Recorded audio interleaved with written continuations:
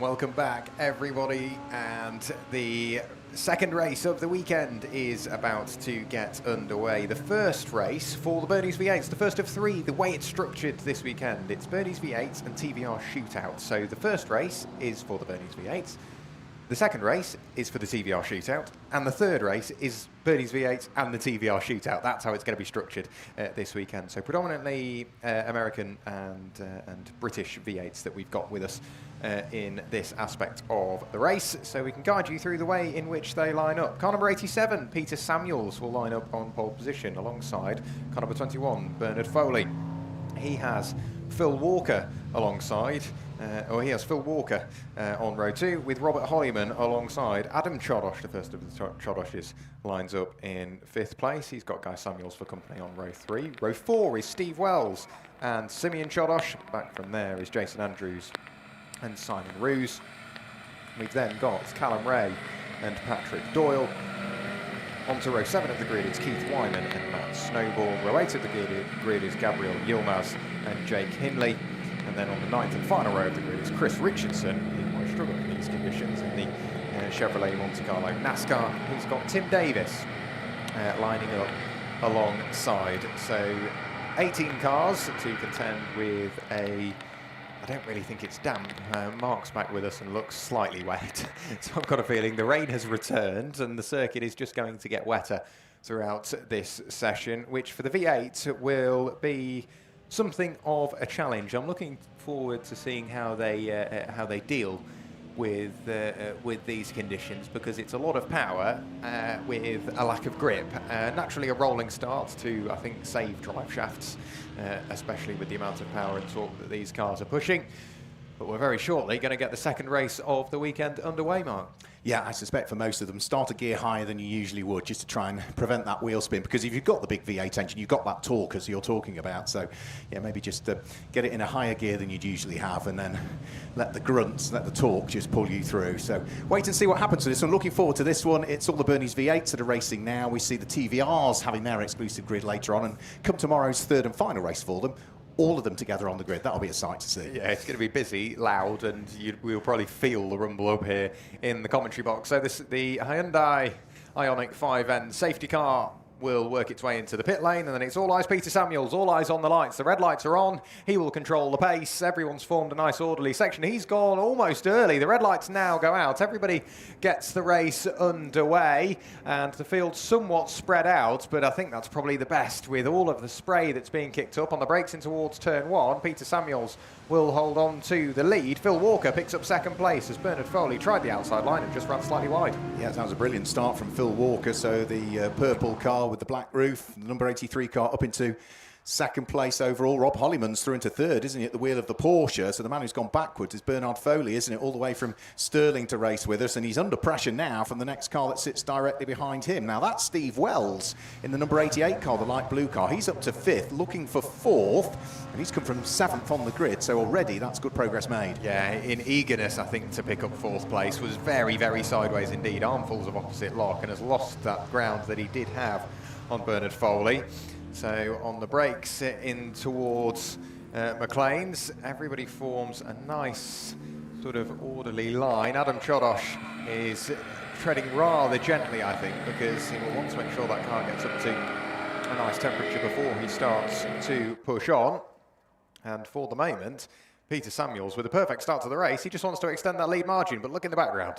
Yeah, top 3 getting away, and Bernard Foley looking as though he may well end up losing a further place. Yes, Steve Wells carves his way through and past at the wheel of the light blue car with the 2 yellow stripes down the centre of it.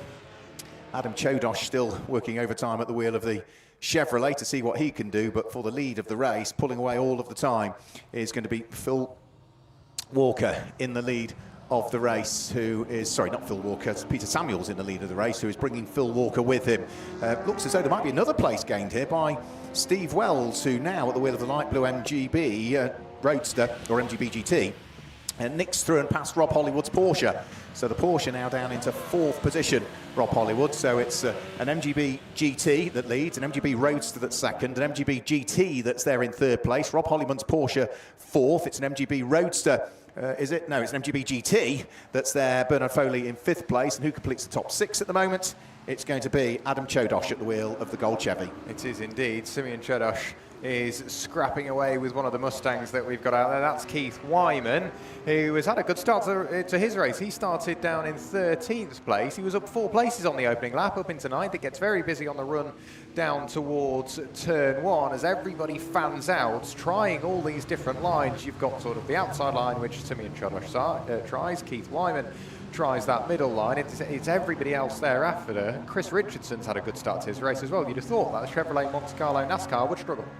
Yeah, well, he didn't set a time in qualifying was the problem. I didn't think I'd seen that car appear, so that was why he was at the tail end of the order. And the other car that we were expecting to be at the tail end of the grid did not qualify and hasn't made it out, which is number 69, Tim Davis. He was entered for both Burnley V8s and for TVRs, and I think he's probably just focused on the TVRs, so we'll see him out at the wheel of his number 69 TVR in the second race of the weekend. So that pack of cars that you're talking about just heading up towards McLean's corner now. 8th, 9th, 10th, 11th, 12th places all together. The race leader, Peter Samuels, was leading by around about 1.25 seconds last time when he came over the start-finish line. And here's Chris Richardson at the wheel of the Ascar, about to gain a further place, and that's at the inside of long-time Jaguar racer Patrick Doyle, who just fends him off at the wheel of the Fixed Head Coupe E-Type. He does indeed, and Patrick Doyle, he was trying to make up a few positions on Keith Wyman and that of Simeon Chodosh on the opening part of this lap, but in turn he's now having to defend, as you say, from Chris Richardson. He now looks to pick up those places once again, as screaming by Simeon Chodosh is Keith Wyman in the Mustang. Clearly got the legs in a straight line, but on the brakes, once again Simeon Chodosh closes him down.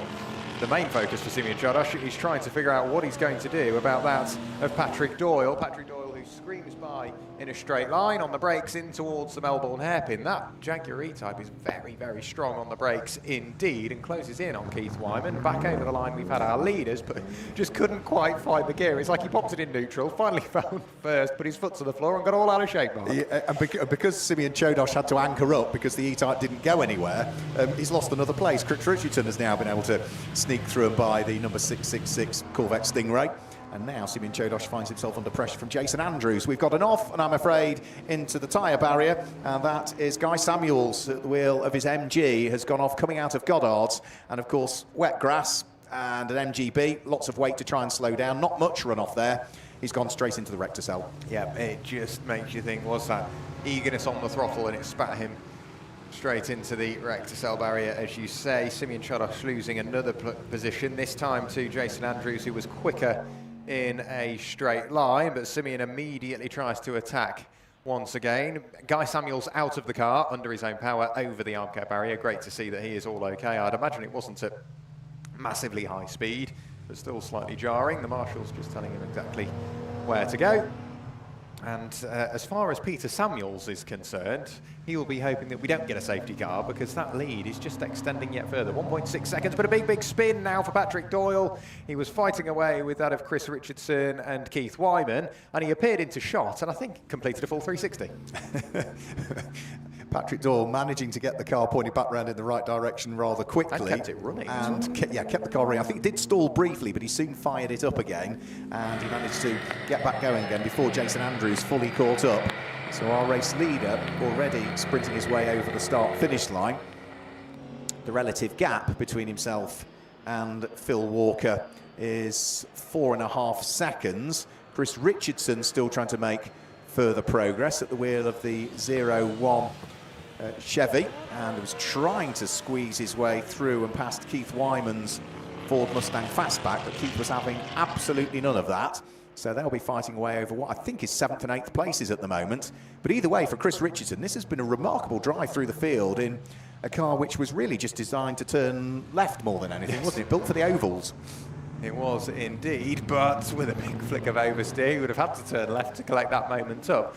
And it screams by in a straight line, and that's just before the yellow flag zone. So he's got a bit of safety by the time he dives on the brakes in towards Goddard's. And Patrick Doyle has closed in once again, following that 360 on the run through Schwantz Curve. Chris Richardson, having got by Keith Wyman, has started to run away, and that has allowed Patrick Doyle to close in. And can he be brave enough on the brakes? The Jaguar E-Type to the extreme inside, the unpolished section of the circuit, just to try and get some sort of purchase on the tarmac. And unfortunately, Peter Samuels from the lead Whereabouts is that? Is that on the exit of McLean's? Exit of McLean's on the run towards Coppice. Yes, it is. And that car, it just seems to have stopped. It does, yeah. Stopped right on the very edge of the circuit. So there's localised yellow flags up there, and it's on the exit of the corner, so that's exactly on the racing line in reality. So he needs to get that car fired up as soon as possible. It's now Phil Walker, therefore, that has taken up the lead of the race, but only just. He's got Steve Wells right behind him. So for the lead of the race, the MGB Roadster leading the way, but with that car that's stricken in the hands of Peter Samuels, I think the safety car is on standby at the exit of the pit lane and will venture out onto circuit. So the SC board's being displayed, and that's why the leading pair now have slowed their pace as they come up towards Goddard's corner. Yeah, Steve Wells, I think, focused on the exit, then spotted the board, but by that point he'd already passed that of Phil Walker, but immediately said, no, that's my mistake, you go back through. So fair play to Steve Wells. So the safety car is working its way through the exit of Redgate, has picked up the Ford Maverick of Gabriel Yilmaz. So that car will, you should imagine, get waved through and then pick up Phil Walker. Look at the water just streaming off the back of the new race leader, Phil Walker. Safety car has allowed Gabriel Yilmaz through and will pick up Phil Walker, Steve Wells and Bernard Foley, who is sat there in third place. A rather quiet race up until this point for Robert Hollyman. It was busy over the first couple of laps, but then it just started to die away. Over the start-finish line now is Adam Chodosh, and he's fending off any further attacks from anybody else around him. What this does is throws a spanner in the works for a number of drivers, because they'll be more than happy with the gap that they had. All of a sudden, those gaps disappear. Yes, Chris Richardson might be happy, because of course he's carved his way from 17th on the grid up to 7th as the 0-1 car in his hands goes over the start-finish line now, and that will give him the opportunity to gain some more places. In fact, he's actually up to 6th, isn't he, because of that retirement for Peter Samuels. So up to 6th from 17th on the grid. That's not bad, is it? And we'll see whether, once they're all bunched up, he can make some further progress, because it would be Adam Chodosh would be the next of the cars up the road he wants to catch up with. The stricken Peter Samuels car still where it came to rest on the outside of McLean's corner. So it just seemed to falter, and that was it. So whether it was some water had got into the electrics of the car or whether it's a mechanical issue, but there's no obvious signs of any steam or any smoke from the car. It's just sort of ground to a halt. Yes, it has indeed, and there's no promise of conditions getting better over the next couple of races. Thankfully, we break for lunch after this race, so that should allow opportunity for at least drivers to be slightly more comfortable, but it means there's no action on circuit in terms of enough to displace any water. So for the V8s, they'll be sort of hoping that the track sort of remains where it is. Just looking as the safety car queue works its way in towards the Melbourne Loop, we've still got the 59 of Guy Samuel's car in the Recticel barrier. I don't know whether anyone's managed to get there. The telehandler has got to the attention of Peter Samuels, but for Guy Samuels, he is still sat there and I think wondering where his recovery unit is. Yeah, it's not been a good race, has it, for the Samuels family? No. So, yeah, Peter out, Guy out, and those are the only two retirements out on track, other than Jake Hindley has disappeared somewhere. Not Jake Hindley, I should say. Callum Ray has disappeared somewhere out on track. Do we know the whereabouts of his car, or did it just not appear? I think with it saying laps at 0, I don't know whether he started the sort of formation lap and then just disappeared into the pit lane, deciding that it wasn't maybe something he was comfortable with. So comfortably out the way is Peter Samuels. He's being brought right up against the Recticel barrier, but with the grass being so wet, it doesn't necessarily mean completely out of reach. Chris Richardson over the line. Only now do we have the top 6 effectively in view of the safety car, because whilst you're behind the safety car, naturally you reduce your speed, but you can't exactly push to close up to the safety car because of the conditions. Absolutely, yes. Yeah, been there myself, and almost having a spin whilst you're trying to catch the safety car train in greasy conditions. Yes, that would have been embarrassing. Yeah. So just to run you through the order, number 83, Phil Walker, leads the way. In second place is number 88, Steve Wells. Third place is number 21, Bernard Foley. And fourth place is number 9, which is the Porsche of Rob Hollyman. Fifth place is 999, that's Adam Chodosh. And sixth place, that's the last of the cars that's actually managed to catch the safety car at this stage, is car number 01, which is Chris Richardson. 7th place is number 17, Keith Wyman. 8th place is 461, despite the spin for the Jaguar E-Type, which is going to be Patrick Doyle. 9th place is number 51, and that is Jason Anderson. Completing the top 10 is 666, which is Simeon Chodosh. So that's the order of the top 6. We've got 7.5 minutes on the clock still to go. Now that they've got Peter Samuel's car out of harm's way, we might see the safety car lights extinguished, because there's no obvious signs of Guy Samuel's car being moved from where it came to rest in the barriers at the moment. He'll be thinking there's some sort of favouritism going on, won't he? But to be fair, it's in a position where it's barely on the exit of the corner. It's almost as if he'd gone through the Roberts sort of chicane and ended up there instead of on the exit of Goddard. So the safety car leading the field around. 7 minutes still to go. By the time it gets back to us, it will be about a 5.5 minute lap. And there was no sort of preemptive sort of warning or anything like that from Peter Samuel's car, because the last lap he completed was the fastest lap of the race, the 1:57.458. So it just stopped. There was no sort of, like I say, no warning lights or anything that seemed to indicate there was a problem. But as you say, it could just be some water ingress that got to the electrics. Yeah, and it faltered on an uphill section as well. So it wasn't as though he could get the car moving down a downhill section and roll it safely out of harm's way where it came to rest. That there was nothing else he could do about it. So 6.5 minutes just under of the race to go. The lights still remain on the safety car at the moment. Usually it would be around about now, or just as they head onto the Melbourne Loop, where the safety car lights would get extinguished. So we're just coming up to the point where the safety car will be turning in towards the Fogarty S's, and the lights still remain on with 6 minutes remaining.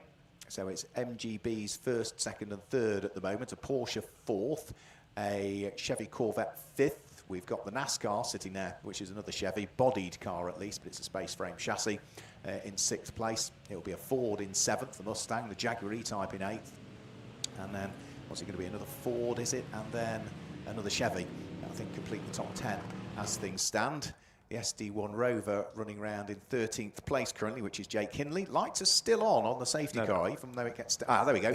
They illuminate, they extinguish themselves now, just as I say it. So we will be going back racing once more. And it's now up to Phil Walker as to when he wants to get his foot down and get the race back underway, Jack. Yeah, you say foot down. I think foot nearly down, because you've got to be so careful. Especially in these conditions. So just backing the field up, Adam Chodosh really applying the pressure onto Rob Hollyman, and now I think Phil Walker has decided to go. So the safety car just nicks its way into the pit lane, and for Phil Walker, he's going to hope for a good exit.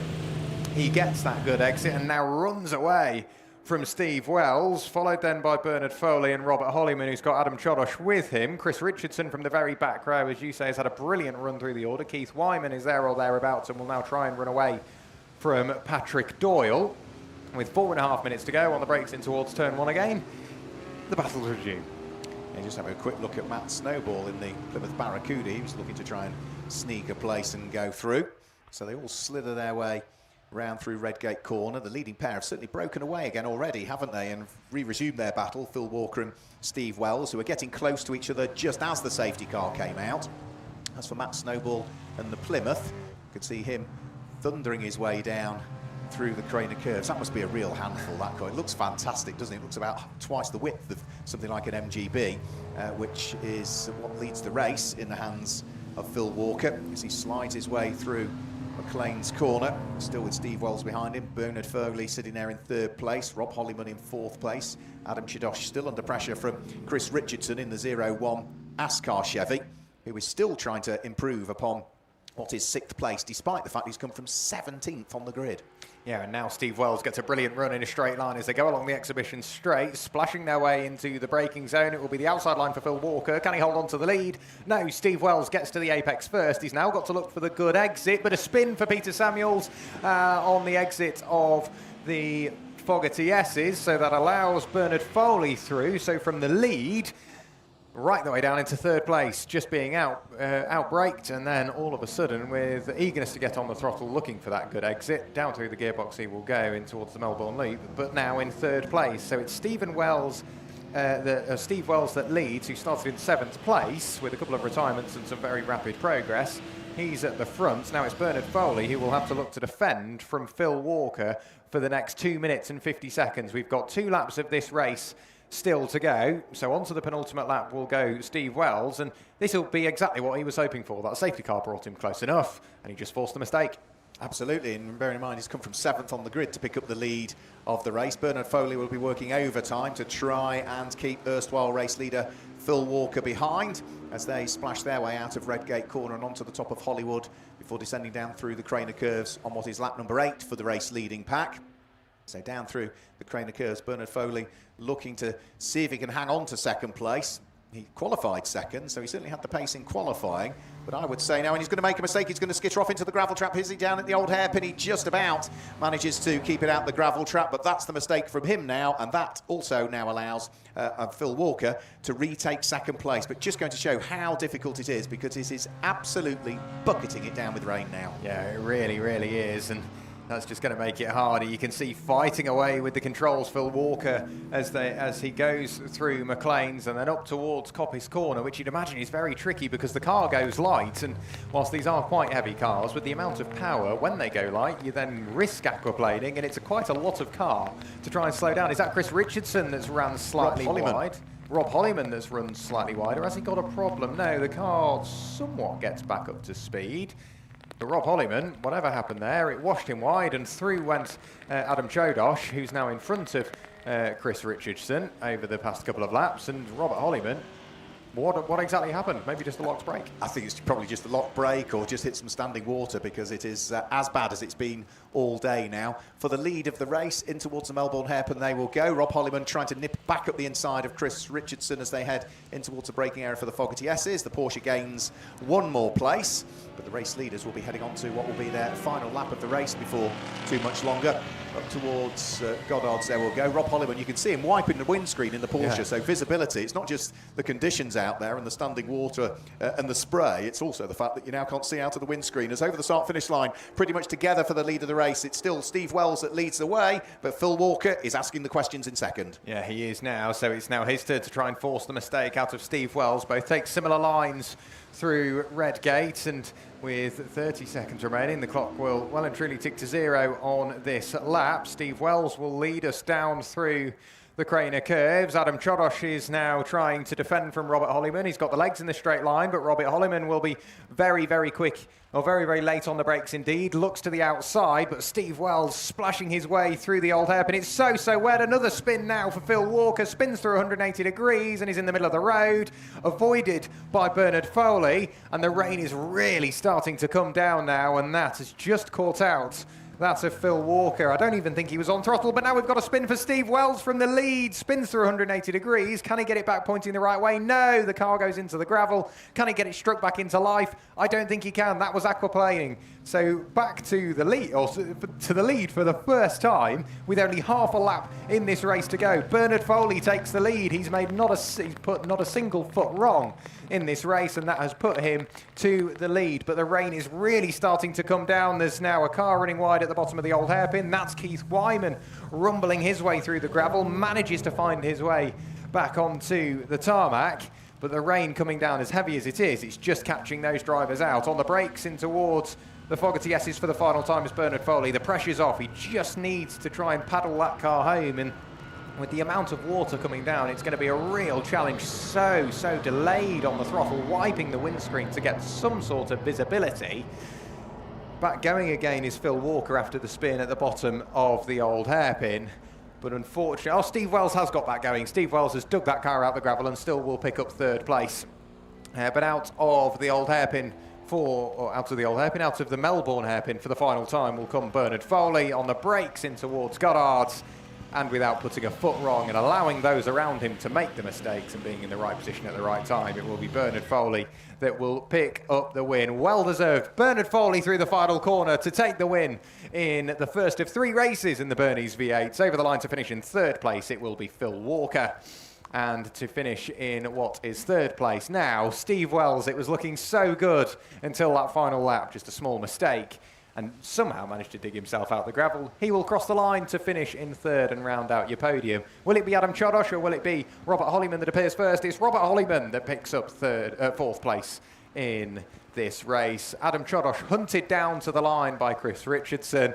Bernie Chodosh in the grandstand waving at Adam as he crossed the line. Chris Richardson over the line to finish in 6th place. It will then be Keith Wyman, or will it? Because he ran through the gravel on that final lap of the race. It will be Patrick Doyle that comes through the final corner and will finish in 7th place. It will then be Simeon Chodosh to come through to finish in what is 8th place. So Simeon Chodosh through to finish in 8th place. We've also got a couple of cars that are coming through to finish a lap down. We had the number 23 machine of Callum Ray to finish in 9th place. 10th place is going to be Matt Snowball. In 11th place, car number 51, that being Jason Andrews. Where has Keith Wyman got to? Has he now gone through? No, I don't think he has. We saw him run wide down at the old hairpin, but he's now not re-emerged. So it makes you think that that car isn't quite where it deserves to be. But the checkered flag has brought everybody in the race round, barring just a couple. We've still got Gabriel Yilmaz picking his way through the final corner.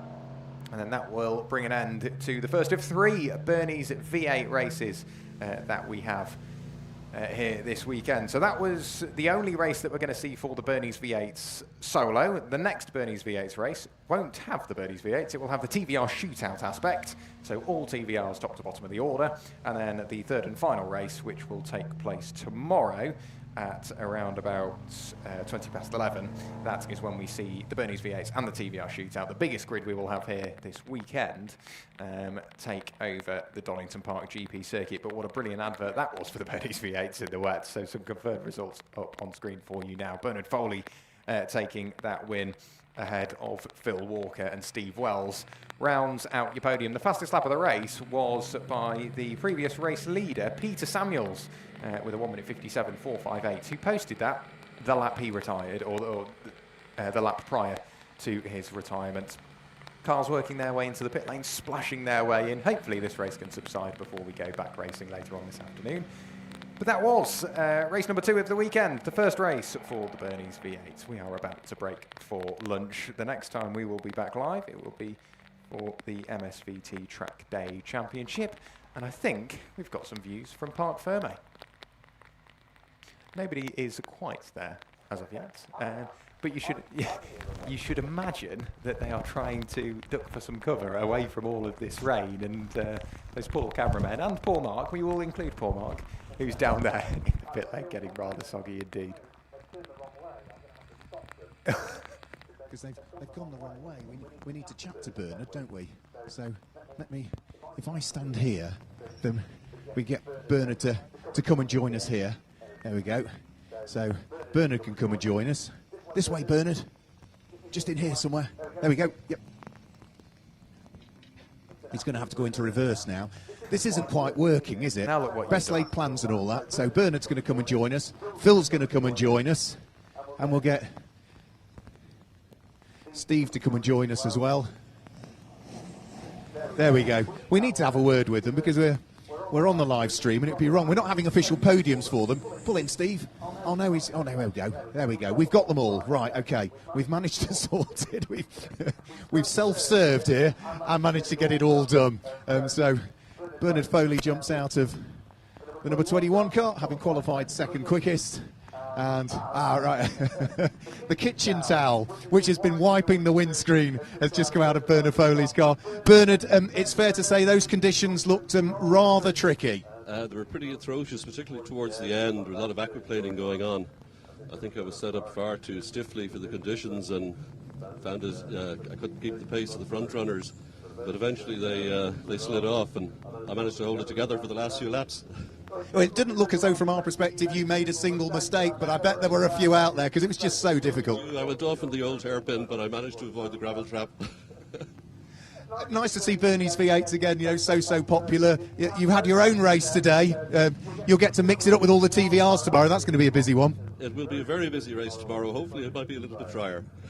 Well done, well done. Okay, thank you very much indeed. Let's grab a quick word with Phil Walker, who stood behind us if we can. So cameraman could just spin round this way. We'll grab a quick word with Phil. Phil, Couple of spins out there in tricky conditions. Yeah, I was so excited. If I had won the race, it would have been my first win for 23 years outright, so it meant a lot, and I tried too hard. But, you know, better to try than not to try, I guess. But yeah, it was brilliant, brilliant fun, but God, it was treacherous out there. I've never driven in anything like that before. Bernard was saying, just aquaplaning everywhere because it just got worse and worse and worse as the race wore on. Oh yeah, on the slowing down lap, I almost lost it at the old hairpin. There was just like a sheet of water going across there. So, oh yeah, sorry, yeah, he found it. Yeah, but no, brilliant fun though, brilliant fun, loved it. Weather forecast for tomorrow doesn't look much better. Well, that's why the MGs do well though, because I haven't got the horsepower. Whereas the big Yanks, if it's dry, they'll disappear. So wet's fine, but maybe not quite this wet. We'll see. We'll see if we can sort it for tomorrow. And let's grab a quick word if we can. The driver that finished in third place, Steve Wells. Steve, as we've seen from everybody, so tricky out there. You had to dig yourself out the gravel on the final lap. I know, and I was in first place, and I spun it once, held on to it, carrying on and still in first, and done it exactly the same place again. Donut, absolute donut. Anyway, it was a lot of fun, if not a bit scary. I couldn't see anything behind Joe. Absolutely ridiculous trying to get past him. It was just nothing. I'm thinking, well, he must be on track because he's going that way. But it was a lot of fun, if not a bit nerve-wracking at times. Spray can't see anything. Also, I'd imagine the car sort of steaming up inside wouldn't have helped. Yeah, we do have a luxury of an electric screen, but I didn't have the luxury of all the water coming through the air vent at the top and dripping down. So it's like a spa. It's like a foot spa in there, from head to foot. You've had a spa day. Couldn't recommend it, but you've had a spa day. No, definitely not. It was a good spa weekend. Yeah, I'll tell the wife that. Lovely spa. Well done, well done. So that's it from the Bernies V8s. We'll see them back out later on when the TVRs will have their own grids, and we'll look forward to joining you for that race later on. So from Jack Worrell, myself, until later on, we'll say goodbye.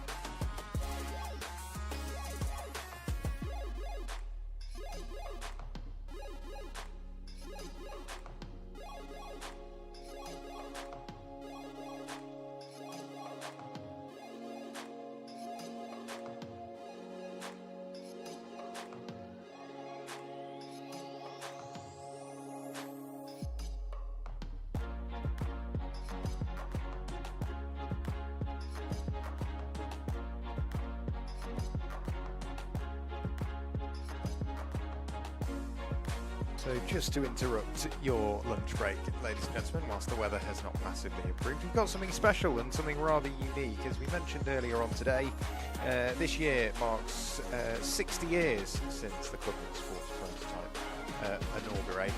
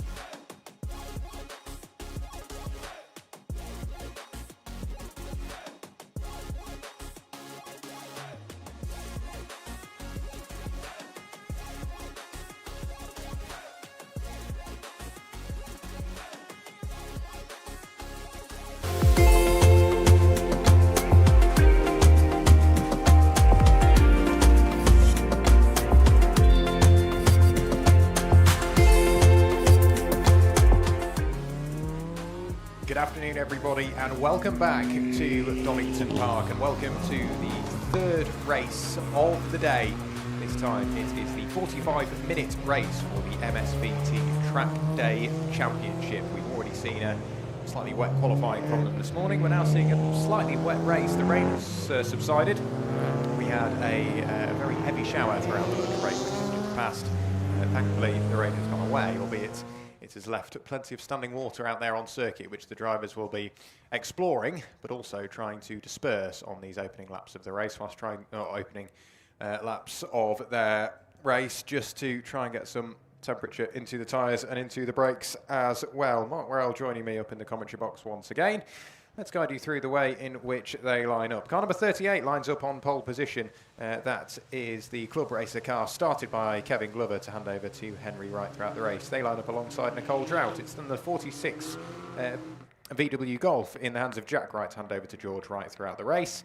They line up alongside Frog Jam Motorsport, started by Freddie Pummel, to hand over to James Robinson. Jordan Honeybone has got Nathan McPhail for company on row 3. Row 4 is Dan Abbott and Charlie Polk. On row 5, it's Matt Swaffer and Chris Reed. And on row 6 of the grid, it's car number 245, started by James Hart. He will hand over to Phil Hart throughout the race. They line up alongside Shane Rowe. It's then Stephen Docker and Jack Goes on row 7. Row 8 is Jeremy Evans, and he will line up alongside William Lynch. Freddie Lynch will take over throughout the race. Row 9 is the Pro-Am Racing Renault Clio, started by Jonathan Ogden, and Ollie Fernell will take over throughout the race. It's then going to be Dean Hyde that lines up alongside. Row 10 of the grid, car number 80, Hills Motorsport. It will be, I don't know whether we've got a starting driver for that car. It's Aidan Hills or Tom Griffiths behind the wheel. They line up alongside James Howells. On row 11 of the grid, Wayne Cockrell has got Oliver Rowan for company. Row 12 of the grid, it's Colin Wells and Lee Taylor. On row 13 of the grid, it's another shared car started by Robert Hornigold. He will hand over to Ashley throughout the race. They have Darren Goes that lines up alongside Stephen Kelly, lines up alongside Stephen Orrance on row 14 of the grid. And on row 15 of the grid, it is going to be Amy Allen. She will hand over to John Lyons throughout the race before we then get a 2-row gap and a 10-second delay. And on the 18th row of the grid, car number 137, Andrew McKenney lines up in the Team Banana Racing Renault Clio. He will hand over to Will Jackson Moore, and they will line up alongside the number 31 Boren Motorsports Mazda MX-5, started by Andrew Thompson. He will hand over to Martin Adams. It's a big grid, Mark. It's going to be a good race. It's a very big grid. It's still a rather wet track as well, isn't it? Certainly a lot wetter than when these cars first qualified earlier on today. It was still raining, but it just wasn't as wet. There wasn't as much standing water as there is now, albeit, as you say, the rain has sort of eased a little, albeit wherever you look, it's grey clouds and a very low cloud level, isn't it? So it's the forecast is for it to slightly improve this afternoon, but I don't think we're ever going to have a fully dry track throughout the course of this afternoon. In terms of the racing so far, well, Nicole Drought, 2 races in, 2 race wins for the number 1 car, the Motion Motorsport car of the reigning champion. It was a win at Snetterton, it was a win at Silverstone. They are heading on to a second formation lap, but the clock is now ticking, so we are into the 45 minutes whilst we are, in theory, starting the race. The safety car is going to continue around for a further lap. Yeah, I think simply just because of the conditions, drivers need to figure out exactly where it is safe to put their car, and that is what it comes down to, safety. I've noticed the number of cars, their windscreen and the inside of their windows is fogging quite dramatically on some. The convertible Mazda MX-5, whilst uncomfortable, you don't have to deal with fogging, thankfully. But there are a number of cars that will have to battle that throughout the race. We saw it in qualifying. Jack Goes came in and we were bewildered as to exactly how he could see out of the car.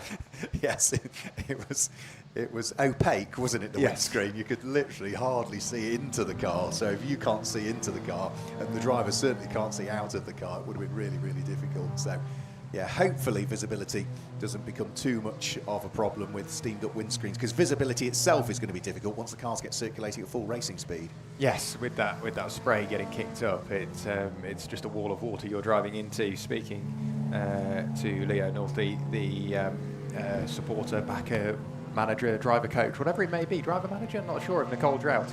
Nicole's just come back from a couple of endurance races over in America, where the podiums and the silverware continued, finishing 2nd and 3rd. apparently she's very confident in the wet, and I suppose being from Ireland, you sort of grow up racing in it. Yes, I think she's done a bit of rallying as well, hasn't she, Nicole, in the past Yes. as well. So she'll be quite happy if the car gets a little bit sideways. Lots of weaving being done from side to side, and then once the safety car peels its way in towards the pit lane, we'll be able to get the race underway very, very shortly. We will indeed. So in towards the Fogarty S's go the field, and they will have the best part of 2.5 minutes, 42.5 minutes remaining in their race, so it is effectively a lap. It's near on racing speed, so the safety car controlling the field. It will be a safety car restart. The lights have gone out, and it's right down to the club racer car of Kevin Glover when he chooses to go. I mean, the red lights will remain off, and it's just down to when he wants to go, with it being a safety car restart. Yes, it is. Yeah, I did wonder whether it's going to be a 2x2 start, but no, it is a full safety car start in reality for safety reasons. So we're about to get round 3 of the 2025 MSVT Trackday Championship underway. We are indeed. So Kevin Glover leads the field over the line for the first time at near-on racing speed. Nicole Drought gives chase. It's a good start from the Renault Clio just further back, that being the Frog Jam car in the hand of Freddie Pummel. He's trying to apply the pressure onto Jack Wright as they arrive at turn 1. Jordan Honeybone does the same. We've had a car off. Nathan McPhail's bonnet has flown up into his windscreen, so he's had to pull off to the left-hand side. Clearly a bonnet pin, or both, have failed, and that means that car will play no further part in this race. He managed 200 metres at racing speed before the bonnet just gave way into the windscreen. Yep, it cracks the windscreen, it dents the roof as well. I was just having a quick look to work out who might have started the number 80 Mazda MX-5. It didn't look like Aidan Hills' overall, so I'm going to go with Tom Griffith having started at the wheel of the number 80 car. So they all splash their way down through the Craner curves and down to the lowest point of the circuit, so it's always the last bit that dries up down at the old hairpin. There is the somewhat stricken car, the Honda, with the bonnet having been pushed all the way up, and that's such a shame, isn't it, for that to happen so early on in the race for Nathan McPhail. And there's a big spin, and there's an off, and into the gravel trap, I'm afraid. We've lost Chris Reed, and that's coming round through Schwantz Curve. He's lost the tail end of the cars, have gone up towards McLean's. Mini's in the gravel, it's going nowhere. Yeah, and there was another car. Was there another car off there that it almost looked like it? You spotted it as well, but maybe it's just a car running wide. We've seen Jack Goes flash through shot a number of times. Jack Goes has never raced in the wet. Darren Goes has never raced the Mini in the wet. So for a lot of drivers, that that sends the message of this is very much a learning curve, and Jack Goes not wanting to wait around. Looks to the inside now of the BMW 3 Series Compact of Shane Rowe, dives to the inside later on the brakes, position made for the lead. Nicole Drought isn't allowing that of Kevin Glover to escape up the road. Very close indeed, a big wobble for one of the Mazda MX-5s that we've got out there, but Jack Goes, good move, position made, and he's already starting to build a bit of a gap. Yeah, that was a BMW Compact, wasn't it, of Shane Rowe that he was able to wiggle his way through and past. So there's no overtaking down towards Redgate Corner because of the Nathan McPhail Honda Civic that's being pushed backwards by the marshals, trying to get it towards pit lane exit end. And once he is safely in the pit lane, then those localised yellow flags can be withdrawn.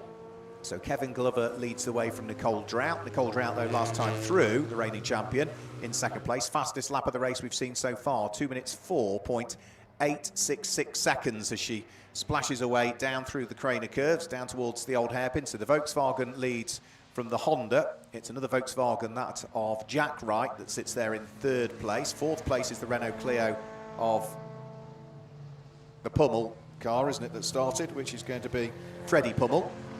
And then it's Jordan Honeybone's Renault Clio from Dan Abbott's Honda Integra DC5. That's the order of the top 6 with 40 minutes to go. Worth mentioning, there is a mandatory pit stop window as well. That mandatory pit stop window opens after the first 15 minutes of the race, remains open for 15 minutes, and during that period of time, everybody has to conduct their mandatory pit stop. Yeah, we've had another incident up through yellow flags as well.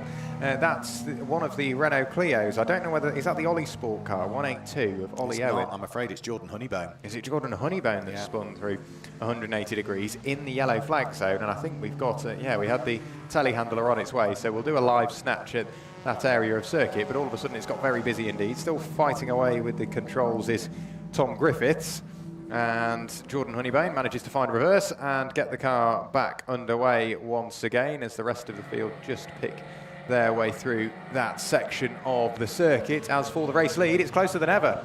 It is closer than ever. We've got Jack Goes looking to try and gain a further position. He nips up the inside of James Hart's Honda Civic there, car number 245. So up into 9th place now that will be for Jack Goes, who's going beautifully well at what looks like an ex-Martin or Jack Depper car, doesn't it, with the colour of it. One of the original cars that were probably built by Stuart Lynes' company, Maximum Motorsport. Over the start-finish line for the lead of the race, it's still Kevin Glover that leads the way, but only just shadowing him all the time is Nicole Drought. She's flashing her lights at the wheel of the Honda Civic. She's looking for the inside line, but Kevin Glover is not going to buy into that one. Takes the usual line that you would take in these wet conditions, a slightly wider arc through the corner. Touches the curbs, though, on exit. Have to be careful touching those painted curbs. They've been newly painted as well, just a week ago for the World Superbikes that were here. They're going to be very slippy in these conditions. They are indeed. You could see the torque steer, couldn't you? As soon as it hit the curve, the car just wanted to go left, even though you might be turning right. It's just what happens when you're on the throttle on a slippery section of circuit. And you can see piling on the lock, Nicole Drought through the old hairpin, continuing to flash the lights. That's all it takes, just to take your eye off the road, a quick glance to the rearview mirror. And in these conditions, more than any, that's where the mistakes come. It's getting rather tight and twisty towards Redgate, but that was a big moment for the race leader. Kevin Glover was very sideways and somehow managed to keep the car straight, but that's the section of circuit where everyone gets caught out. Not only is it because of the kerosene that falls from the airport just over that side of the circuit, which makes it very slippy, but that's almost the third car we've seen have a moment there. Yeah, and Jordan Honeybone was one of those who's certainly got plenty of experience. It's not as though Jordan's an inexperienced driver, got caught out under what were yellow flags there. The snatch has almost been completed of the stricken car of Chris Reed, who put them into the gravel trap on the first lap. The leaders are just threading their way through the Fogarty S's. 'Twas ever still Kevin Glover that leads the way. Nicole Drought is still within touching distance. Any small mistake, any little lock-up at all, and she's poised and ready to pounce. It's very difficult to try and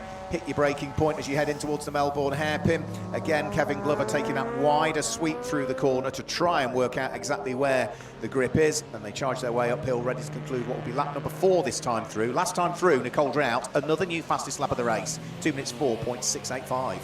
So a very quick lap indeed. Darren Goes has been off the road. Grass in the front bumper of that car in the splitter, which has slightly, I think, started to part ways with that car. So Darren Goes, the first time he's raced this car in the wet, being caught out by the conditions. At Schwanz-Curve and McLean's again. At Schwanz-Curve and McLean's. It's clearly that crossover. There must be a crossover which is catching the drivers out. Out of the final corner, we get the rest of the field. A bit of a moment.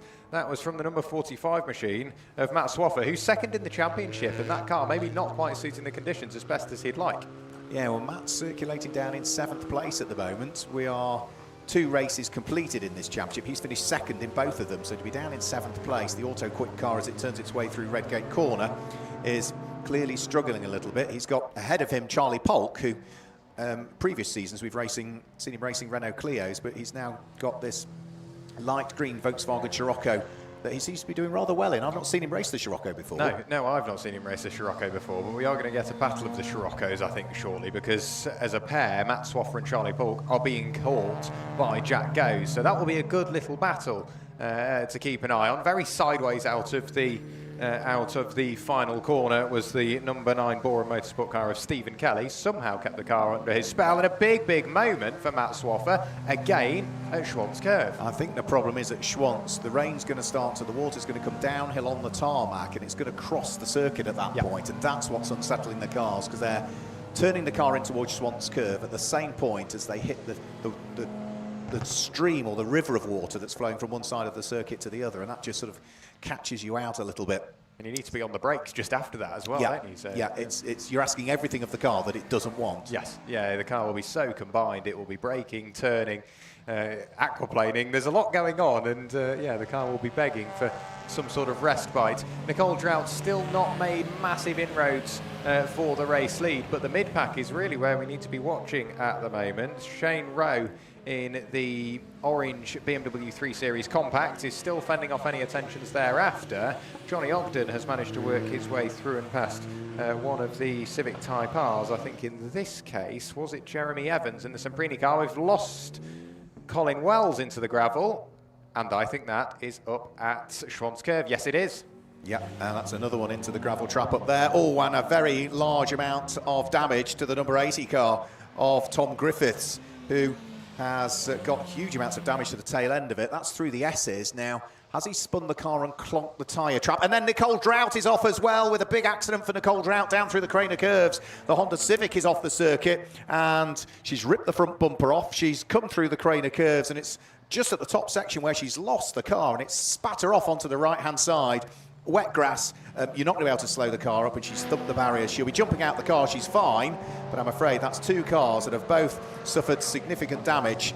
And crabbing his way back onto the circuit is Tom Griffiths. That car's not going to end up back. No, I think he's trying to get it back to the pits, isn't he? No, I think he spun, and Jeremy Evans collected him, because Jeremy Evans, just behind our commentary box, jumps out of the car and wanders back to the marshal's post, which makes you think those two were connected. This race is becoming rather attritional, Mark. It is, yeah. It's very, very tricky conditions out there. We haven't even got to the pit stop window as yet. So we've also got yellow flags up at Redgate corner, which is probably covering actually Nicole Drought's car, isn't it, which is down through the Craner curves. That'll be a precursor to that one. So there's no overtaking there. There's no overtaking on the Melbourne Loop at the moment because of stricken cars. There'll be no overtaking up at McLean's corner because of the off for Kevin Wells. So there aren't that many points at the moment where you can overtake. And by the look of things, safety car is coming out. Not surprised. Safety car's on standby. But with 3 incidents we're having to deal with at the same point at various points of the circuit, safety car comes out. Yeah, absolutely the right thing to do. Nicole Drought wandering away from the scene of the accident, you'd imagine slightly dazed, but out of the car and walking under her own power, which is great to see. But That's it is the a main quick thing. it is a quick section of circuit. But as you say, we've got Sector 1 with yellows, effectively Sector 2 with yellows up at Schwann's Curve, and Sector 3 with Jeremy Evans and the Mazda MX-5 up there as well. All of a sudden, this race, as I mentioned, is becoming rather attritional indeed. How close are we to the pit window? We're not that far away. We're a minute and a half. All, and under safety car, come the end of this lap, drivers will be able to pit. Yes, absolutely. I'm just having a quick look through. Each car will make a mandatory stop, which must be a minimum of 2 minutes in length. That is time from pit lane entry to pit lane exit. So it's not stopped for 2 minutes. It's from when you break the beam on the way in to when you break it on the way out. If you don't stop during the pit window, there's a penalty. If you fail to make a pit stop, you're excluded. It's as simple as that. So there are various controls in place to make sure that everybody stops during the window. And the way it works at certain circuits, for example, Linden Hill, where we visited last year, into the pit lane prior to the pit window is Jordan Honeybound. So you'd hope that is, well, you say hope with an issue, you'd hope that's not for the mandatory stop, because he has come into the pit lane 50 seconds too early. But for example, at Linden Hill, it went under safety car, and they effectively brought a pause to the race, straight back out like a drive-through penalty. I think he realised, but they effectively brought a pause to the race, everybody into the pit stop, into the pit lane, all at the same time for 2 minutes, and then returned them to the circuit simply because the pit lane couldn't accommodate them all, which at Linden Hill is going to be quite the challenge. But that, again, it shows that it just works. They have thought of everything. So the safety car queue is working its way along the exhibition straight. We are now 5 seconds away, so we'll keep an eye. Darren goes, desperately trying to be the right side. Right, you're good to go, Darren. Go. You're north of, you're now south of half an hour remaining. So the pit window's open, Darren. In you come. We'll have to keep an eye on the TSL timing screen, page 2, or page 2 or 3, to keep an eye on pit stop times. To make sure everybody... Page 5. Is it page 5? It's almost like you've done this before.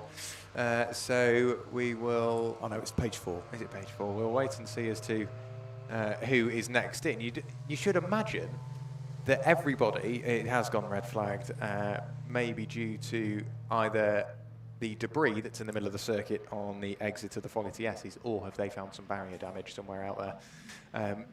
But yeah, it's just... It's one of those things. Go on, Mark. No. I'm just so we are at 34% of the race, so we should get some sort of restart for this one. And I'm always so happy that I abbreviate the regulations to try and get them on a single page of A4 and actually pick out the one bit that we now need to understand from the regulations. I'm going to read you it word for word. Should any race be stopped after the pit window open board is displayed, but before the pit window close board is displayed, so Darren goes this effect, who's just come into the pit lane, all competitors unable to complete their pit stop will receive the following penalties. If you're still in the pit lane when the checkered flag or red flag is shown, a 1-lap penalty. And not yet attempted to pit stop when the checkered flag or red flag is shown, a 2-lap penalty. Darren Goes is in a good spot, isn't it? I think he might be, you know. I think that he's not raced that car before in the wet.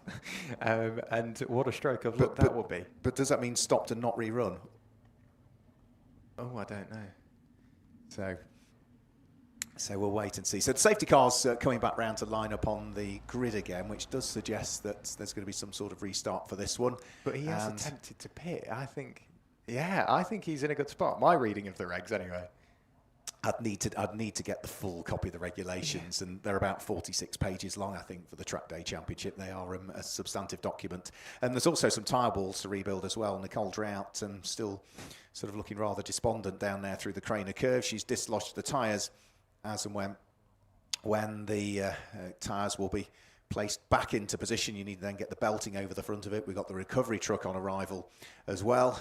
And I think it's just a small mistake. Nicole Drought maybe taking a little bit too much curb at that point of the circuit, which unsettles the car, and then all of a sudden you're a passenger. Yeah, curb at that part of the circuit in the dry, from personal experience, is scary, especially when you're flat out. But curb at anywhere on the circuit in the wet is always something you need to be cautious of, and especially now they've been repainted as well, as you said.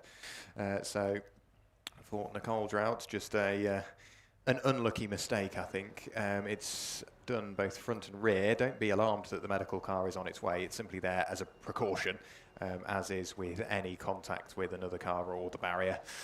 You do need to be checked over, but the field has come to a nice stop on the exit of the final corner, and drivers opening the doors and waving the doors. It shows that whilst it has been raining, it's still very warm. It is rather warm, to say the least. Yeah, it's amazing. We're in our air-conditioned commentary box, but when you just wander down one floor into the area that's not air-conditioned, the temperature goes up significantly. Marshall's doing a grand job of sweeping up around the circuit, so there's a lot of sweeping up being done at the S's at the moment, at the exit of the S's, where we saw that problem where the Honda Civic, we believe, might have made contact with Tom Griffiths, who we think was starting the Mazda MX-5. That Honda Civic was... Did we work out who it was in that Honda Civic? Jeremy Evans. Oh, wait, the number 27. It was a Semprini car, wasn't it? Yeah, Jeremy Evans. Yeah, Jeremy Evans, that was it. So the Jeremy Evans car directly opposite our commentary box. And as we say, a little bit further down towards the Melbourne Loop is the heavily damaged Mark IV Mazda MX-5, which I did spot earlier on when that car was out in the Miata Trophy race in the hands of Brian Chandler. It's not going to be out in the second race for the Miata Trophies, that's for sure. It's for sale. Is it? Yeah, what a shame. Yeah, that's not ideal when your race car's for sale, and it has picked up some racing significant damage. Yes, yeah. Hopefully it's just a lower arm or something, but it looked quite substantial. Yeah, the whole of the boot area was gone, wasn't it? I didn't get a proper look. I saw it of the car. I saw it was crabbing, but no, it's the whole of the boot that had gone. Sort of so whether it's then done the floor as well, the floor pan. Yeah, not ideal. The less said about that, the better, I think. In terms of Kevin Glover, what a start to his race, because he fended off consistent attacks from Nicole Drought, and he's clearly got the pace to be at the front, and that's a new car for them. It is, yeah. I mean, we've seen Henry Wright and Kevin Glover as a partnership racing in the Trackday Championship, and they've taken in Trackday Trophy races, amongst other categories as well over the years, in a Ford Fiesta, and have always gone rather well in that particular class. But yeah, Volkswagen Golf for them, and qualifying on pole position, qualifying nearly a quarter of a second quicker than the reigning champion, Nicole Drought, and then managing to match her for pace and stay ahead under the pressure in those tricky conditions. Hats off to Kevin Glover. Yeah, absolutely so. It's impressive indeed, because whilst you think, oh, they're both front-wheel drive hatchbacks, the way the car responds to certain things will be completely different, and the way you set up the car will be completely different. They might need to, with it being a slightly longer wheelbase, maybe introduce a bit more rear camber so it can roll onto the tyre to increase that rear grip. There's so much that just it doesn't really get thought about when you change from car to car. As for the battle we were watching on between Charlie Polk, Matt Swaffer and Jack Goes, it never really got a chance to light, really, did it? However, post-safety car or post race interruption, we might see that battle relight. Darren Goes, rather lonely in the pit lane. It's quite a sad sight, isn't it? He's just sat in the pit lane. All on his own. Yeah. Yeah, he's got no friends, has he, down there at the moment? Yeah, nobody else wants to join him. Can we let Jack Goes into the pit lane just as an emotional support son or something? Clearing up taking place out on circuit, so you can see Tom Griffiths is walking around his car. There's the forlorn sight of the rather lonely Darren Goes, who was the only car that came into the pits, and he had to time that for when the pit window opened. If he'd have come in without slowing down to the degree he did, he would have come in before the pit window opened. Yep. And just waited until the clock had ticked through. And how does he know that? Because what you've got to remember to do in these longer races is a lot of drivers will have a clock on the steering wheel. And it'll only be like a timer that you'd have in your kitchen or something like that. And when the race gets underway, you probably set it to 40 minutes and then remember to hit the start button at the start of the race that it clicks down, and then you know when the pit window opens. See, when you do a normal race start, it's a bit of a challenge to do everything at once, get the car off the line, get the next gears, look around you, press the timer. Because they started it on the beginning of the second warm-up lap, you could time it perfectly. So that's how he got it. As long as he knew the clock started to tick at the end of the first warm-up lap. Yes, I think we're on for another Goes driver on the way as well. So obviously we've got Darren Goes with us, we've got Jack Goes with us, Harry Goes, who's the youngest of all the sons. He's been doing a bit of karting and is quite quick. So I think we're going to end up with a third member of the Goes family racing. But it's not just a third member of the Goes family racing. It's a family affair because Ollie Goes, the daughter, she is the race engineer for Mango's Racing. So it really is a family affair, and it's a family event, and it's brilliant to see, especially since, as from when I remember, cleaning Darren Goes' car as a child, and now Jack Goes is out there racing. It's brilliant to see, and we see more and more of that. The same with marshalling, really, don't you? It becomes a real family affair, and you can see that they're all working hard at the moment. Yeah, so all the marshals out there busy working. The circuit staff, of course, working as well, because whilst the marshals and recovery crews are in control of the clearing up and the sweeping up and the getting cars out of harm's way, when it comes to rebuilding circuit furniture like the tyre wall down through the Craner curves and like the belting that goes in front of it, that's down to the circuit maintenance team to address all of that. And that belting is not light stuff, so you can't just shove it back with person power. On occasions, you do need a bit of telehandler to push tyres to where they need to be, and then also the telehandler also some occasions to help lift, just take the weight of the belting off before you then bolt it back into position. So this is just going to take a while to clean up these various incidents. We've also got the circuit maintenance team busy sweeping the remaining debris through the exit of the Fogarty S's as well. So that was where it's a mixture of gravel, dirt, detritus and bits of car debris that spread itself around the exit of the Fogarty S's. And whilst all of that is going on, we can now see, Jack, from our commentary box, the cars are being ushered forward on the grid. They are indeed. I have to say I'm very impressed by Frog Jam Motorsports, Freddie Pummel and James Robinson, Freddie behind the wheel, when this race was brought to a temporary halt, to still have the novice cross on the rear of your car on what I think is a new-ish car to them. Clearly well developed, but to be in that position and fighting on is very impressive indeed. I'm just looking at anybody else who, not necessarily out of position, but in position. Darren Goes is going to start potentially from the tail of the order, but a lap ahead of everyone, to my reading of the regs. If everybody else hasn't come in or hadn't had a chance to hit, they get the 2-lap penalty. Darren should just get the 1, so he could start from the back as the race leader. Is that right?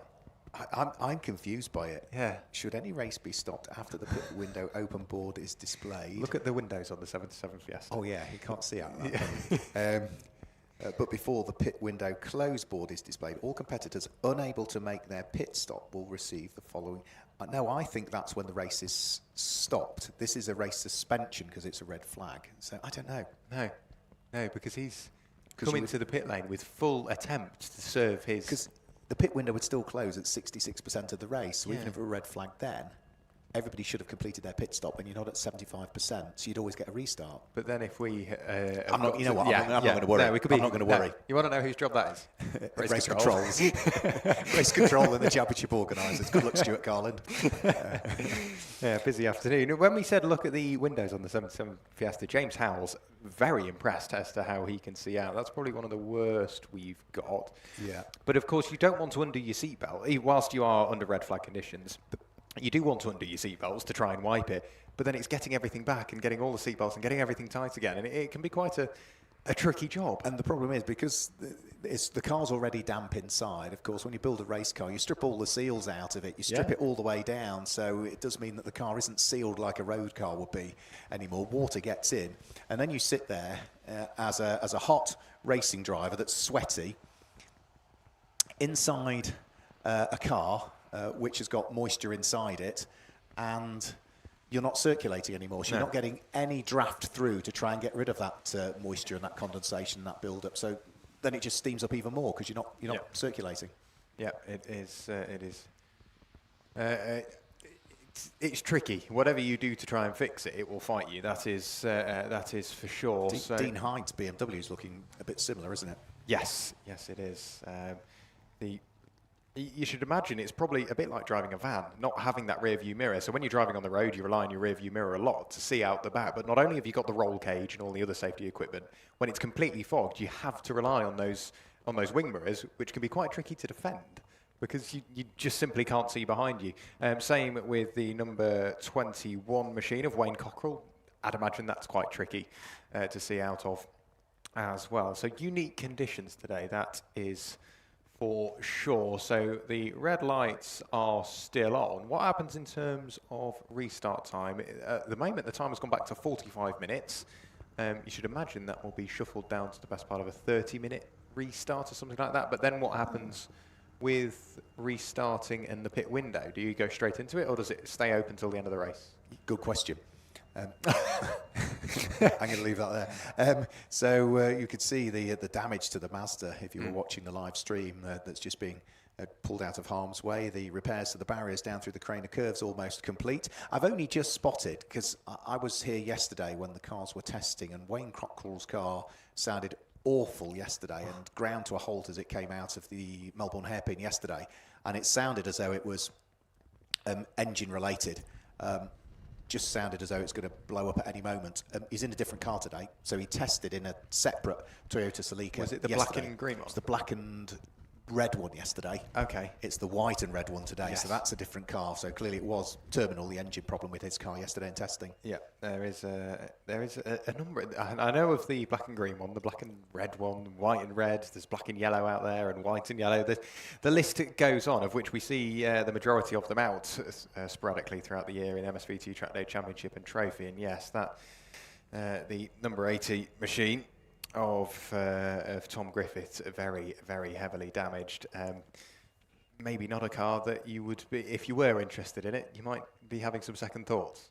It will get repaired. Brian Chandler will repair that car. You'll never know. BC Cars and Brian and the team will get that car sorted. But such a shame, you know, when you've got the car up for sale, as you could say, and something like that happens, it's absolutely gutting for them. So they'll be back. The one thing that we can pretty much guarantee is that they've got their work cut out, I suspect, to even get that car out for the second Miata Trophy race, because it should have been competing in that. I could see running down the pit lane there on the right-hand side of the screen, if you're watching the stream, is one of the clerks of the course for MSVR and MSVT, Joe East. He's just instructing the drivers as to exactly what is going to be happening. So conversations going on as to exactly what's going to happen when we get some sort of restart underway. And you could see having to dash from car to car to car. You could see the confusion because Wayne Cockrell, naturally right in the right-hand drive Celica, Jordan Honeybone's car, it's left-hand drive. Yeah. So maybe something he didn't really think he would have to consider, but yeah, very efficient. They've got one on one side of the grid, one on the other side of the grid, and they're just telling everybody exactly what is going on. So the race has been reduced to 30 minutes, which is about where we were. We were just under 30 minutes, I think, come the point the red flag came out. We've got a slightly later curfew here, haven't we? Normally it's around about 6:30, and we were due to finish at 7 o'clock. 7, yeah. Yeah, so is it 7 o'clock curfew here? I'm unsure. No, I think it's it can even be 7:30, even heading towards 8 o'clock if absolute needs be. But it's always that little bit later here, isn't it? Yeah. But amazingly, you know, the circuit doesn't have a 24-hour license. You can't have 24-hour racing here. Yes. Even though, of course, we're on the doorstep of East Midlands Airport and the planes go off in the middle of the night. Yes. Yes, the less said about that, the better, I think. But Darren Goes now the one being spoken to, and if anything, he's the one with questions that he will want answers to, because he was in the pit lane and will want some clarification on exactly what the next steps are. I can see it. Joe's only talking to the drivers that are on the left-hand side of the grid. Someone else is doing the other side. Somebody's already got up the right-hand side of the grid. Apparently, the same luxury is not going to be afforded to Andrew Thompson, who was sat off the tail of the grid, and Joey's just ran straight by him. I think it's because another marshal had already, whoever had done the right-hand side of the grid realised that Joe was a little bit further back. So that's every driver that's been spoken to. So every driver now should know what the process is for this restart, or what the process is for the pit stops. We don't, but they all do, and that's the important thing, because they'll be the ones that will be needing to comply with those instructions for what will be a 30-minute restart for the MSVT Trackday Championship. And great work as ever by our volunteer marshals and officials to sort everything out. There's got quite a few marshals here that are on taster days today, so it'll be their first experience of marshalling. And marshalling is a fantastic way to get close to the sport without the expense of competing. Marshals.co.uk. Marshals.co.uk is the official website for the BMMC, the British Motorsport Marshals Club. Sign up to a taster day. You get a guided tour around all the different areas where you can get involved as a marshal, whether it be pit lane, start line, assembly area, the individual marshals posts, race control, what happens maybe in the rescue units. All of those you get a guided tour from an experienced marshal in the morning, and then you head out onto an individual marshal's post in the afternoon with an experienced team around you to show you what marshalling is all about. Marshals.co.uk. Sign up to a taster day. What have you got to lose? So off they go. 30-minute restart to get things underway. The grid has been given to us for this one, which is in reality the order in which they were running the lap prior to the red flag coming out. That grid does include still Nick Aldrout, who obviously will not be taking the restart. It does indeed. So it will be the club racer VW Golf in the hands of Kevin Glover that lines up on pole position. Jack Wright lines up on row 2. Alongside them, it's going to be the number 10 machine of Freddie Pummel in the Renault Clio. Back from there, it's Dan Abbott and Charlie Polk. Matt Swaffer and Jack Goes on row 4. Row 5 is the 245 Hearts Racing Honda Civic of James Hart and Shane Rowe. It's then Stephen Docker and Johnny Ogden on row 6. Row 7, the number 18 of Will Lynch, and alongside them is James Vowles. That runs you through the top 14. You'd imagine there's probably still a bit of shuffling to do, and especially if we've still got pit stops to take place, it will shuffle the order yet more as the race wears on. So 30 minutes, as you say, Mark, remaining on the clock. In terms of what Kevin Glover will want to do, go on, you've spotted something. No, I just spotted it. I hadn't spotted it on the side of Jack Goes. JG? Yeah. JG. No, I've not spotted that. It's clever, isn't it? It is clever, yeah. But in terms of Kevin Glover, if you still have to pit, what do you do? Do you pit early, or now you've got completely free track, as he would have been approaching traffic, do you just go for it now, try and build the gap, and then pit, or do you pit and just have a straight run to the end of the race? This is the pressures and the things that run through your mind when you're effectively leading and know you've got the pace to stay there, but you've got to pit. Yeah, I would stay out. I would stay out. You've got the clear track, you've got the clear vision more than anything. Because of course, if you pit early and you come back into a bit of traffic, then all of a sudden you've got the spray hitting the windscreen, and you've got to get used to that with the new incoming driver that's not used to the conditions and is having to cope with the spray. Yeah, so I would stay out. Yeah, I'd say to Henry Wright, sorry, you're going to end up with a bit less track time this weekend because I'm staying out. But if you end up at the top step, I don't think that will be something you'd complain about. So as long as they're aware, marshals are on the grid for what I think is going to be a standing start now, is it? It seems like that would be the case. So marshals are there. Cars come through the final corner, having warmed tyres, warmed brakes. And yes, they are aware that marshals are there awaiting their arrival. You spotted something, did you? Was there a little bit of a giggle? No, I was just giggling at warming tyres. I'm not sure how much heat you can get into a tyre when the track's this wet, but you can still see, even at these speeds, the amount of water that's being put up from the controlled Toyo Proxys R888R tyres that these cars run. So it's exactly the same compound. It's either the Proxys R888R or the PX888R GG compound for dry and wet conditions, but you're not allowed to plane them, you're not allowed to shave them, you're not allowed to buff them. They are absolutely as were, the tyres. Yeah, in terms of pressures, that's your own. Yeah, your own you can't preference, shave them or anything like that. You can't sort of deface the tyre, for lack of a better term.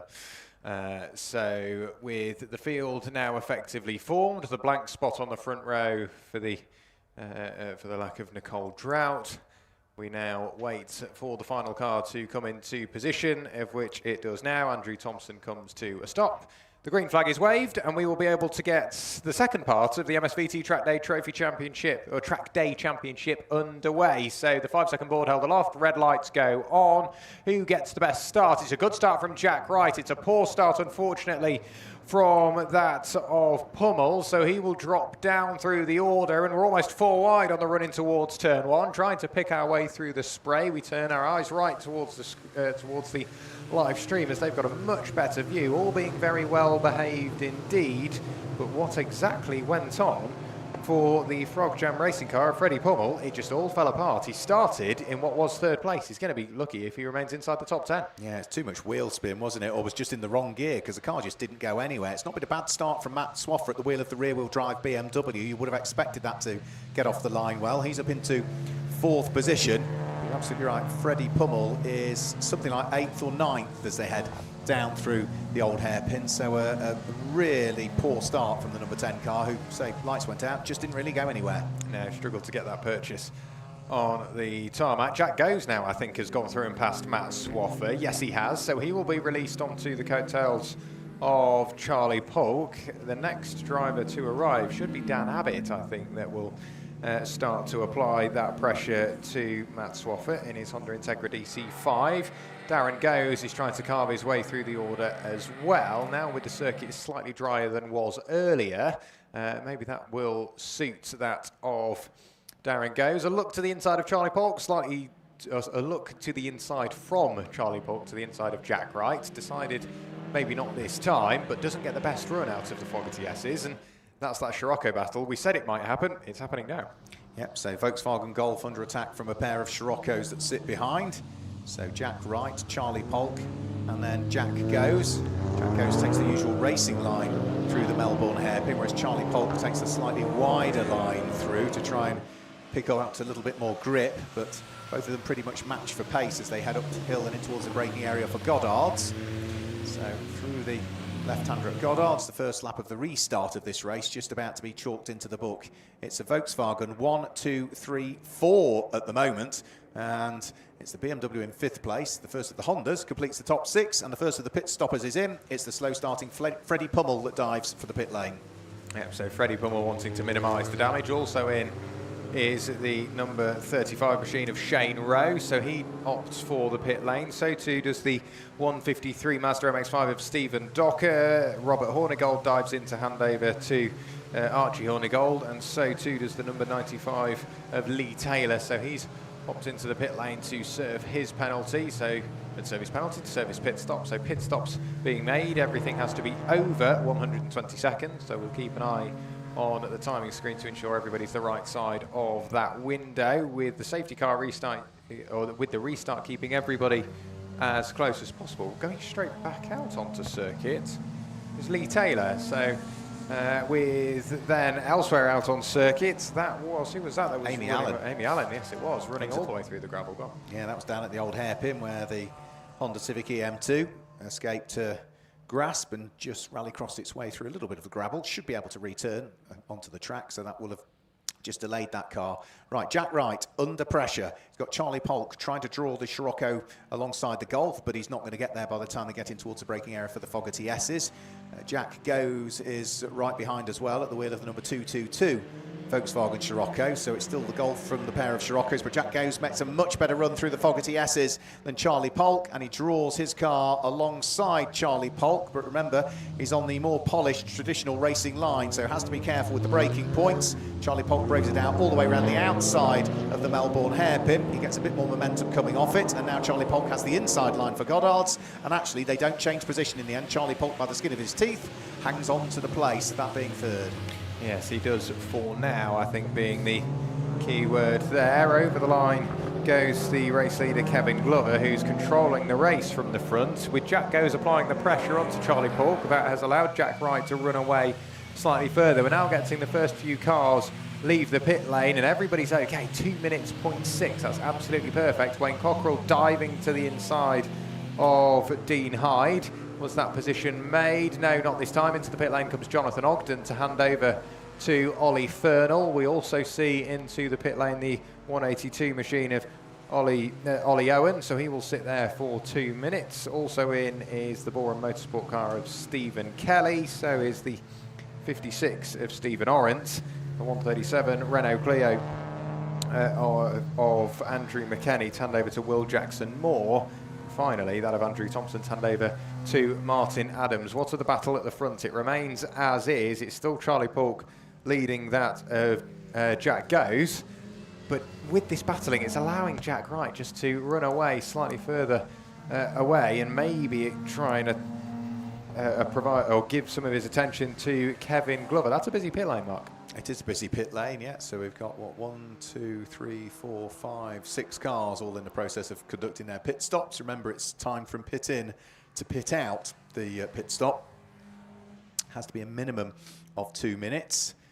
For the battle of the Volkswagens, it's still Jack Wright from Charlie Polk from Jack Goes. 3 cars fighting over 2nd, 3rd and 4th place, just turning their way onto the Melbourne Loop yet again.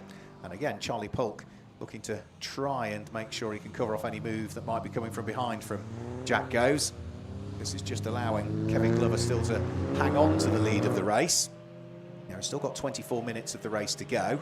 The leading number 38 Volkswagen Golf heads up towards Goddard's corner. Still see the amount of water that's being dealt with by the Toyo Proxys tyres. Race leader stays out for a further lap. Jack Wright stays out, Charlie Polk stays out, but Jack Goes dives for the pit lane. He does indeed, splashing his way through pit entry. There's still a couple of cars in the pit lane, so it's still quite busy for Jack Goes to try and find his spot. The mechanic frantically waving at him to get him into the relevant stop. Is everybody still the right side of 2 minutes? Yes, they are. Also diving for the pit lane this time is the 245 Hearts Racing Honda Civic of James Hart to hand over to Phil Hart. We also have into the pit lane a rather foggy number 77 Enhanced Motorsports Ford Fiesta of James Howells, who will be desperate to get the windows cleared on that car. And finally, we got the 123 of Dean Hyde also into the pit lane.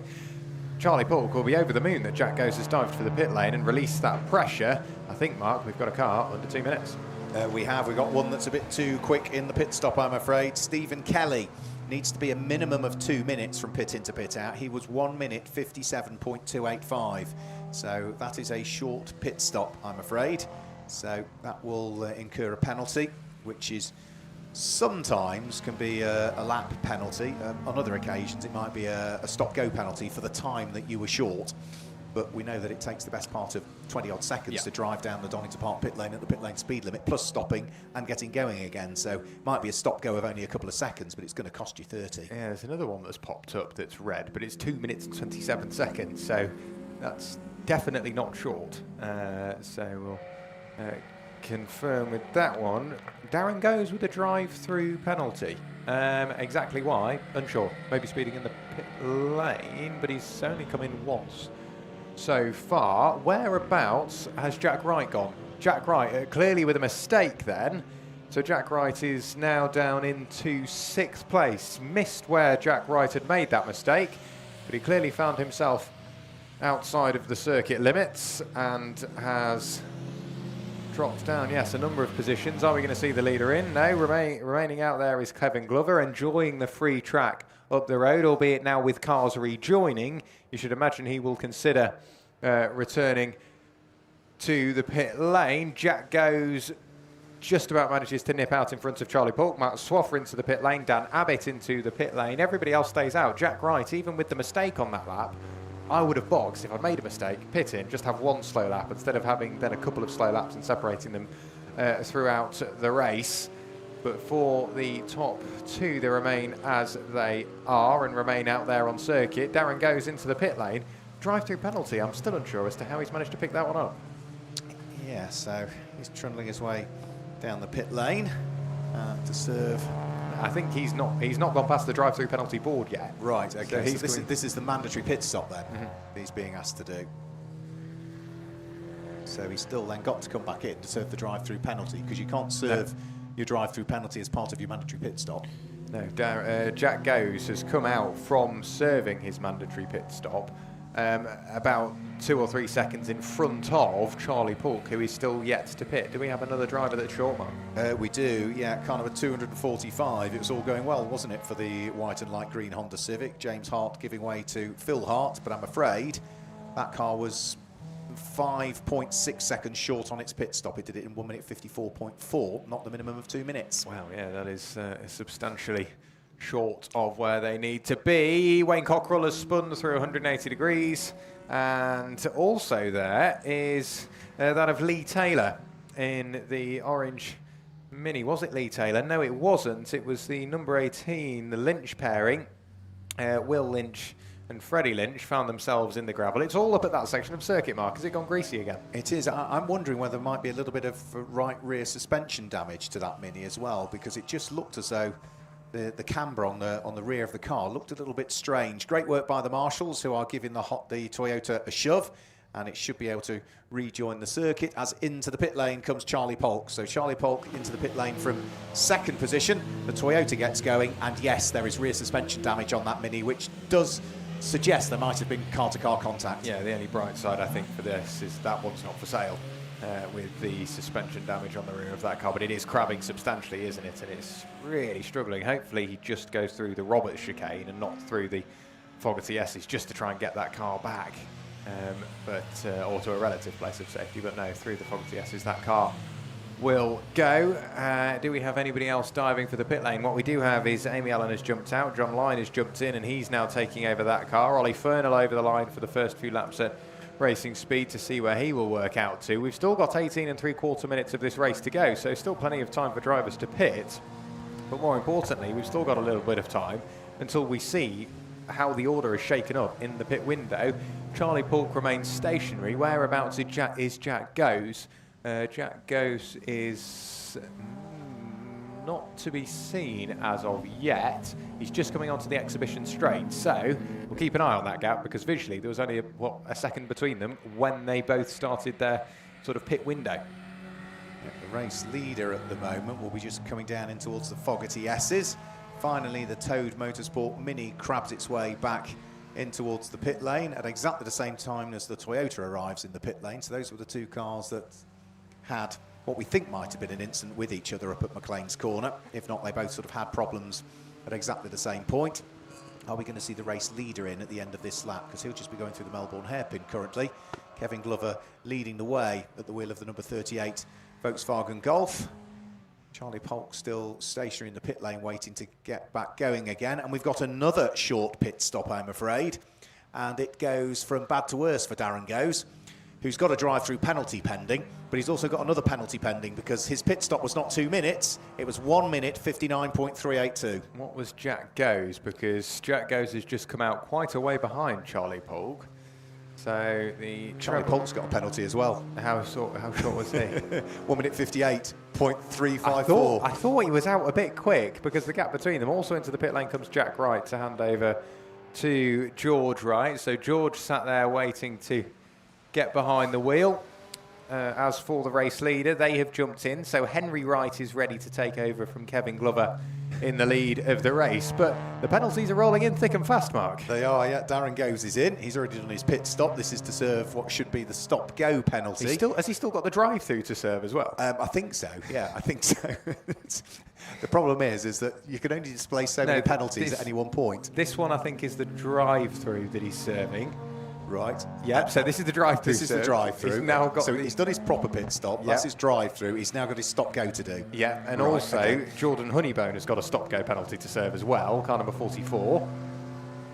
So that penalty has got to be served. The penalties are really rolling in. This wet weather has, I think the wet weather and the race stoppage has started to jumble the order up. Yeah, I'm not quite sure what the stop-go penalty is for Jordan Honeybone, because his pit stop was good. It was 2 minute 3.7. Yeah, that's good. Yeah, it must be another sort of infringement somewhere. Yeah, speeding in the pit lane or engine not off. Race leader is in, by the way. Kevin Glover. Yes. So those two are swapping around. Charlie Polk down into the Melbourne hairpin, albeit he will have a penalty looming over his head for the short pit stop. Jack Goes could be in a good position here to pick up what could be a second place, as Into the final corner comes Charlie Polk, and just leaving the pit lane now is Henry Wright. So Henry Wright now exits the pit lane. Charlie Polk is closing in, albeit he's got a penalty. There is Jack Goes over the line now. They're not really that far apart, to be honest, but they weren't heading into the pit window. No, I'm going to keep an eye on next time the cars come over the start and finish line. The number 38 car's pit stop was 2 minutes and 3.040 seconds, so that is a good pit stop from them. And what of the George and Jack Bright, as Jordan Honeybone rather enthusiastically comes in towards the pit lane. The George and Jack Bright number 46 car's pit stop, 2 minutes and 1.346 seconds, so that's a good pit stop from them as well. It is indeed. So they'll be happy with that. I think they've come out in what will be a net second, or a net third place, whilst they do have Jack Goes up the road and a Matt Swaffer. So Jack Goes and Matt Swaffer could be in a little battle for the final 2 steps on the podium, whether they know it or not, because Charlie Polk does have that penalty looming large. As for Darren Goes, how many times has he been into the pit lane at the moment? Only twice.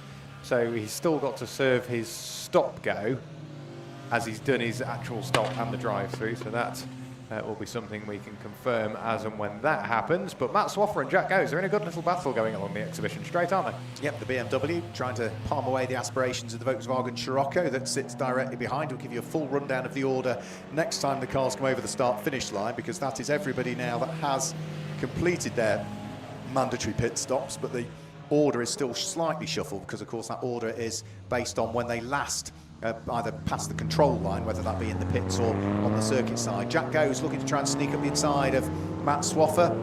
The former production BMW champion Matt Swaffer having none of it, and just making sure that Jack Goes in the VW Scirocco sits directly behind. And now Jack's having another little look at the inside as they head in towards Goddard's, but he's on the normal racing line. Is he going to be able to sneak his way through? He might, you know, but no, a little bit more drive coming off the corner from the Beamer just keeps him ahead. Over the start-finish line now go. It's number 95 that leads the way, according to our timing screen at the moment, and that is going to be the car of Taylor that leads the way, which has got me scratching my head a little bit. Yes, yes, somewhat confused as to how Lee Taylor, albeit he has been into the pit. How many times has he been into the pit lane? The number 95 machine, only once. I think he was the car that came through. And yes, he's only been in the pit lane for 21 seconds. He just did a drive-through. Right, so he's still got his proper pit stop to do. But he's outside of the pit window. But the pit window is closed. Yes, so I think in theory he could be leading simply because he stopped for a minute and 10 seconds, or a minute and 40 seconds less than everybody else. Yes, and failure to make a pit stop during the pit window results in disqualification. 2-lap penalty. Is it 2-lap penalty? Failure to make a pit stop at all will disqualify you. Yes. So we'll see what he does. If he pits, he picks up a 2-lap penalty. If he doesn't pit, he's disqualified. Yes. yeah. So for the sake of the signature, he will want to dive into the pit lane. Here comes Jack Goes up the inside at Coppice, but that's the polished section of circuit. And I don't know whether he managed to get through. You wouldn't have thought so. No, Matt Swaffer remains where he is, but the Scirocco can be quite quick in a straight line. Let's see what Jack Goes can do on the run in towards the Fogarty S's. It's a look to the inside on the unpolished section of circuit, so he might get a bit more braking performance. Matt Swaffer slams the door shut, and they both just about get through with a bit of an overlap and I think a bit of a rub. It was close, wasn't it, between the pair of them? And he's going to have another nibble as they're headed towards the braking area for the Melbourne hairpin. The VW Scirocco, no, he's going to sit behind Matt Swaffer this time. So again, tighter line taken in. So Jack Goes is quite content to take more of a conventional racing line. Into the pits comes the car that we were awaiting, Lee Taylor, who had been leading. So because he has now pitted and is going to do his mandatory aspect of the pit stop, albeit slightly late, he will pick up a 2-lap penalty for pitting outside of the window. Where is he going to stop? Right the way down towards the end Graves Garage, of the pit lane, which is where Graves Motorsport are basing themselves. So he's conducting the pit stop, but it's outside of the window, therefore it's a 2-lap penalty. It is indeed. Jack Goes still trying to pick the pocket of Matt Swaffer, has had no such luck as of yet. As for what this is fighting over, this is second and third place they're fighting over, as Charlie Polk up the road has got a penalty awaiting him. George Wright is still trying to carve his way through the order. He's actually lost a couple of places on that lap. He's lost out to Dan Abbott, But who else has he also James lost Robinson. out to? James Robinson, he has indeed. Yep, so the number 10 Renault Clio going through, the number 92 Honda Integra going through, so the Volkswagen Golf of George Wright now down into 8th positions. Let me just run you down through the order then. Leading the race overall is number 38 Henry Wright in the Volkswagen Golf. Second on the road is Charlie Polk, but there's a question mark over his pit stop and was it good enough? But he is closing in on the race leader regardless. Matt Swaffer now has dropped down into 3rd place and is still under pressure for that 3rd place from Jack Goes, who's there in 4th place. Up to 5th comes James Robinson in the Renault Clio, the number 10 car. Dan Abbott is up into 6th place at the wheel of the Honda. Then it's George Wright who's in 7th place. 8th place is going to be Shane Rowe. 9th place is going to be the next of the cars, and that will be the number 77 car that's there in 9th place. And that is James Howells, completing the top 10, is the number 153 car, and that'll be Stephen Docker at the wheel of his Mazda MX-5. So that's the order of the top 10 at the moment. Oh, and into the side of Matt Swaffer goes Jack Goes. Off into the gravel trap at the Melbourne Hairpin is the BMW, and that was just that small mistake, that snatch brake that I keep talking about. It takes just a split second to snatch the brake, and there's nothing really Jack Goes could do. He snatched the brake just when he was alongside Matt Swaffer, slithered into the side of the BMW. The Scirocco escapes the scene of the crime, albeit with damage, and Matt Swaffer's off in the gravel trap. He is indeed. So Jack Goes with damage on the front left. Slam and shake from Matt Swaffer. Not very happy at all. But I think with it being a friendly paddock, obviously he will understand, watch it back and go, it happens, it's racing. So Jack Goes destined for the pit lane. So hopefully Ollie Goes is down there and ready to receive that car. But Jack with heavy damage on that front left, you should imagine that even if he did want to carry on, it would just start to rub on the tyre. So Charlie Polk with a penalty. What does this do? That puts the Frog Jam Clio effectively up into a net second and Dan Abbott up into a net third. Yeah, I'm just going to have a quick check of the regulations because it will probably identify as to what will happen with the penalty. And I know certainly for some of the MSVT championships and series there is a very clear list of penalties within the regulations that identifies if you do something, what happens. So at the moment, yeah, Charlie Polk's pit stop for the number 89 car, just double checking again. Last time we saw that 89 car in the pit stop, how long was its pit stop? Yeah, 1 minute and 58.354 seconds, so it was a short stop, albeit by about 1.6 seconds, that was all. So Charlie Polk looking to try and pick up the lead of the race as they head down in towards the braking area for the Melbourne Hairpin, with now just 7.5 minutes remaining. Yeah, so with not that long left of the race, as Mark says, 7.5 minutes, we will be able to confirm for you shortly exactly the structure in terms of penalties. Charlie Polk with a big look to the inside of race leader, that being Henry Wright behind the wheel, and whether Charlie knows it or not, whilst he's got a penalty and he may fall outside of the top three, he can still affect the complexion of the top three if he does continue to battle with Henry Wright. It could slow them down to the point of either mistakes or being caught by the cars around them. So the recovery operation going on at the Melbourne Hairpin as Matt Swaffer's car is subject to a live snatch and will work its way back towards the paddock. But naturally the pace reduces, and out of the car I think is Jack Goes, and just chatting to the Mango's team. Jeremy Adams, car left, car right, car left, car right, and is he going to dig it out the gravel at the old hairpin? Yes he is. So with Martin Adams managing to get that car back out onto the circuit after a small mistake down at the old hairpin, he can continue on. Martin having taken over from Andrew Thompson in the early stages of the race. The lead is really having to deal with traffic, and Charlie Polk isn't exactly being helpful to Henry Wright at the moment. Henry's trying to carve his way through traffic, and Charlie Polk's making it the best part of 4 wide as they're trying to go through the middle, and that's very brave indeed from Henry Wright through the middle of traffic. Hornigold's on the right-hand side. It's then John Lyne on the left-hand side, and they somehow managed to make it work. And that finally frees up a bit of space, and Charlie has got all the work to do again to try and close in on Henry Wright, albeit I don't think it will be for the net race lead, with a penalty of yet to be undecided looming over Charlie's head as he was short on that pit stop. Ollie Fernall's still out there and circulating, taken over from Johnny Ogden. Windscreen wiper working hard. The Pro-Am Racing Renault Clio beautifully presented. And Scott Thompson, I think the Clio is the apple of his eye. As much as he loves the Enduro car that car fields, I think the Clio is truly what he loves. But that car running well at the moment in class, 6th in class, 12th overall. And that car running in Class C. The next car that they will meet is the BMW they're fighting with, 123, the Tyler Motorsport BMW of Dean Hyde. So those two are fighting not only for a position overall, but a position in class. So the final spot inside the top 5, and there you go, Ollie Fernall goes for it, forces the mistake, a lock-up from Dean Hyde, and Ollie Fernall goes through, up into 5th in class.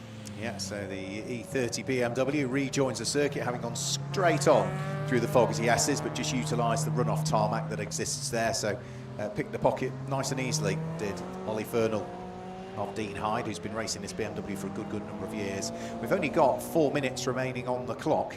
It is still Henry Wright that leads the way from now nearly 2 3/4 seconds from Charlie Polk in 2nd position. The race leaders will just be stretching their legs up towards Coppice at the moment, where there's a bit of traffic I think that our race leader has been dealing with. The poor old Matt Swaffer's car, which has now been extracted out of the gravel trap down at the Melbourne hairpin. That is being pushed back behind the barriers by our marshals now that the hard work has been done by the telehandler. It has indeed. It's getting rather close indeed on the run down towards the old hairpin, one of which is the Mazda MX-5 of Stephen Docker, scrapping away with James Howells. And are those two together in terms of position? Yes, they are. They're fighting over the lead in Class D, and all the way around the outside, but with a bit of a wobble goes Stephen Docker. Is he going to take the lead in Class D? Yes, he is, but struggling with understeer, manages to just hold on to that position on the run through McLean's, and that's up into what is 7th overall, as I say, the lead of Class D. Yeah, and that's good for Stephen Docker because he's won his class in both of the previous races as well. So he's a 2-time class winner in Class D already, having won the Snetterton race 15th of March and backed that up with a win at Silverstone on the 6th of April. He's now also got another car between himself and the car he had been doing battle with, and that's the Jordan Honeybone Renault Clio that's now behind, and is still trying to work its way through the order. So we've got 2 3/4 minutes remaining on the clock. The race leader is down through the Craner curves on the penultimate lap of the race. And now, are we going to have another change potentially for the lead of that class, Class D? Yes, we do. The number 77 Ford Fiesta in the hands of James Howells goes back to the lead of Class D. Can we just appreciate Jordan Honeybone, who's had drive-through penalties, he served his mandatory stop, but with the drive-through penalty, he's back up into what's going to be 7th place. Is it going to be 8th place? Because back up the inside goes James Howells. He's not wanting to lose any time in his newly acquired, or his newly reacquired lead in Class D. So all that hard work for Stephen Docker has come unravelled, and he's got to do it again as we are going to be, we're about to the race leaders, potentially going on to the final lap of the race. Further down the order, we have Ashley Hornigold scrapping away with one of the Mazda MX-5s we've got out there. It is Michael Arant, so Stephen Arant, pardon me. Sorry. So Michael's his brother who raced in GT Cup last year. So Stephen Arant is fighting away, and I don't think that's for position looking at the timing screen, but it may well be that those two are scrapping for overall position. We are going to be going on to the final lap of the race next time by, so it's going to be Henry Wright that leads us in towards the Melbourne Loop for the penultimate time. And that car has run fairly faultlessly throughout this race. It's not really had too much to think about, albeit Charlie Polk was applying pressure. You could see, if you're watching the live stream, getting stuck on the curb with the power down. As soon as the car hit the painted curb, it just started to light up that outside front, and it wasn't willing to get off the curb as easy as I think they expected. But Henry Wright over the line, Charlie Polk gives chase. On to the final lap of the race they will go. And with 50 seconds left, there's still plenty of positions to try and change. The Frog Jam Racing Clio really starting to push on. James Robinson so late on the brakes on the run in towards the final corner at Goddard's. But as for Charlie Polk, we were expecting a penalty to be applied onto Charlie Polk because the number 89 machine was short throughout that pit stop. I'm just trying to locate it again. Yeah, 1 minute 58.3. It's got to be north of 2 minutes. So we've had nothing official pop up as of yet. So I think post-race penalties yet to be applied up the hill for the final time towards McLean's. Through Schwant's curve goes Henry Wright.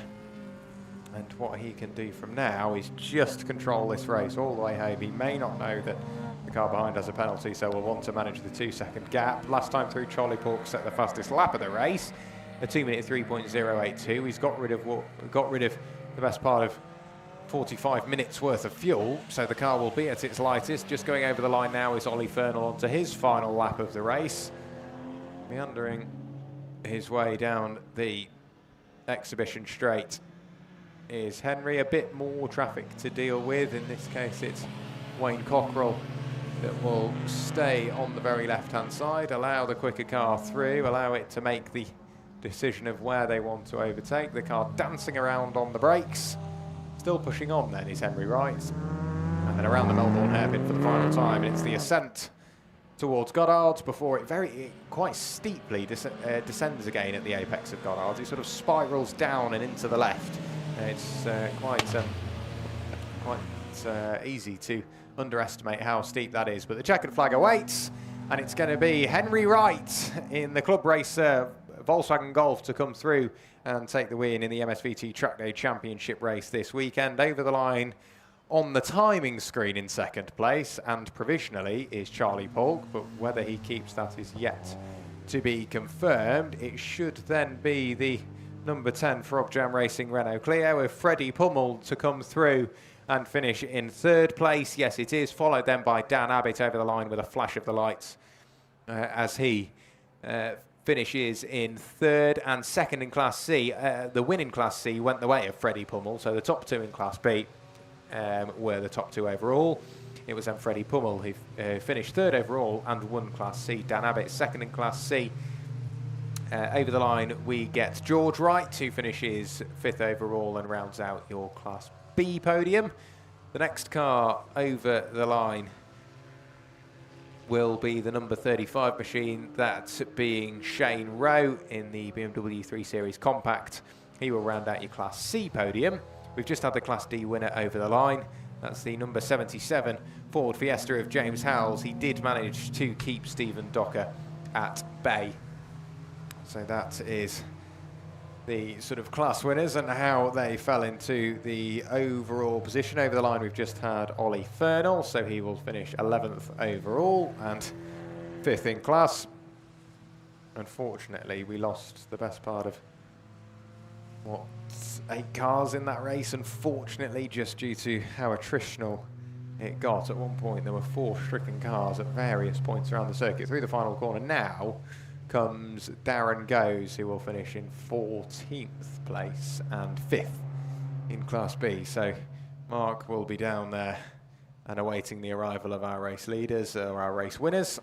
Our top 3 are just picking their way around the Melbourne hairpin, so he'll be waiting down there a little while, albeit the rain has stopped, so hopefully slightly more comfortable than he was earlier on. But what a race it was for the pairing of Henry Wright and Kevin Glover. That car new to them, whilst they've raced front-wheel drive hatchback machinery prior to this weekend in their Ford Fiesta ST.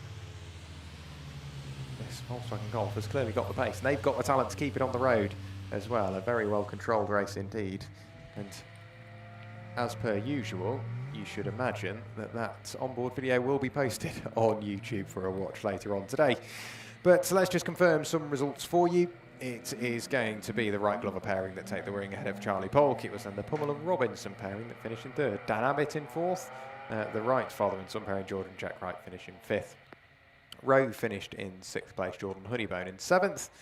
It was then Howells in 8th place. Stephen Docker finished in 9th place, and it was the Hearts pairing, the Hearts Racing Honda Civic, that rounded out the top 10. Ollie Fernall and Jonathan Ogden finished in 11th place. It was then Dean Hyde in 12th place. Owen finished in 13th place. Darren Goes finished in 14th place. Wayne Cockrell in 15th place. It was then the number 9 machine of Stephen Kelly that finished in 16th. 17th was the number 95 of Lee Taylor. 18th was the number 56 of Stephen Arant. 19th place was Carnival 137. William Jackson Moore and Andrew McKenney finished in 19th place. And to round out your top 20, it was the Hornigolds, Robert and Ashley Hornigold in their MG-ZR. It was then Amy Allen and John Lyne that finished in 21st place. Martin Adams and Andrew Thompson finished in 22nd place. 23rd went the way of Jack Goes, unfortunately retiring a couple of laps from the end. We also lost Matt Swaffer and the Lynches in the BMW Mini. Nicole Drought unfortunately didn't make it to the end, neither did Colin Wells, Jeremy Evans, the Hills and Griffith pairing in the MX-5, and Nathan McPhail, who we lost at the very start of the race. Charlie Polk with the fastest lap of the race, 2-minute 2.619. Mark, if you're down there and you can hear me, hopefully you've got our top 3 sat there waiting. But I know trying to herd racing drivers, it's like trying to herd cats, doesn't always go to plan. As the pit lane becomes rather busy, drivers trying to get directed into their relevant parking spot in the Parc Ferme area. It can get rather tight indeed, just trying to find yourself the correct spot in the Parc Ferme area. Thankfully, the rain held off. There was a risk that it would get worse before it got better. It got worse through lunch and then started to disappear. Thankfully, prior to the MSVT Trackday Championship taking to the circuit. There's a bit of cleaning up to do around the circuit. Thankfully, a lot of the cars were recovered in the red flag. Maybe a bit of sweeping up to do as well prior to our next race, but that is still yet to come. So, Mark, as and when you've got those drivers, it would be brilliant to hear from Henry Wright. Mark, you're down there. I'm down there, but are they going to come towards us? I don't know. I think they are. There's still a little bit of confusion as well, so we are making phone calls. Just to double check the order. So Charlie Polk is heading towards us, and we then just need to shuffle Henry Wright into position so he parks in front of the number 1 board, which would be handy. Oh, they're making hard work of this. They were told where they needed to go, so they then went into Parc Ferme the wrong way. They've now come out of Parc Ferme and looked as though they were going to drive into the paddock, and now they are still making a pig's ear of lining up in front of the number boards. There we go. So, reverse, pull forward again. Right, we've now got Henry Wright in front of the number 1 board. That's a good thing. We've ticked that box. We now need to await the arrival of Charlie Polk in front of the number 2 board, which then ticks that box. Oh, no, he's gone. No, he's now going to park. Right, where's he going now? He still has that penalty looming, doesn't he? Sorry. Yeah, he's now gone and parked in front of the number 3 board. Where's he going? Reverse back, reverse back, reverse back. There we go. Now to the number 2 board, with a penalty hanging over him, which I'll let we you will wait and see. No, I won't. Second on the road is the way I shall word it, and we'll leave it at that. The rest can be scooped up later on by the officials. And as for 3rd place, I was expecting a different car. Who did you have as 3rd? 3rd place, just as they've wiped the screen. I can't remember. I had Dan Abbott. Dan Abbott as 3rd, right? I thought you said it was Freddie Pummel and James Robinson, but then I'm being told a different car again. Right, you know what I'm going to do? I'm going to chat to the race winners, because I don't think there's any doubt as to what happened there. Let's go.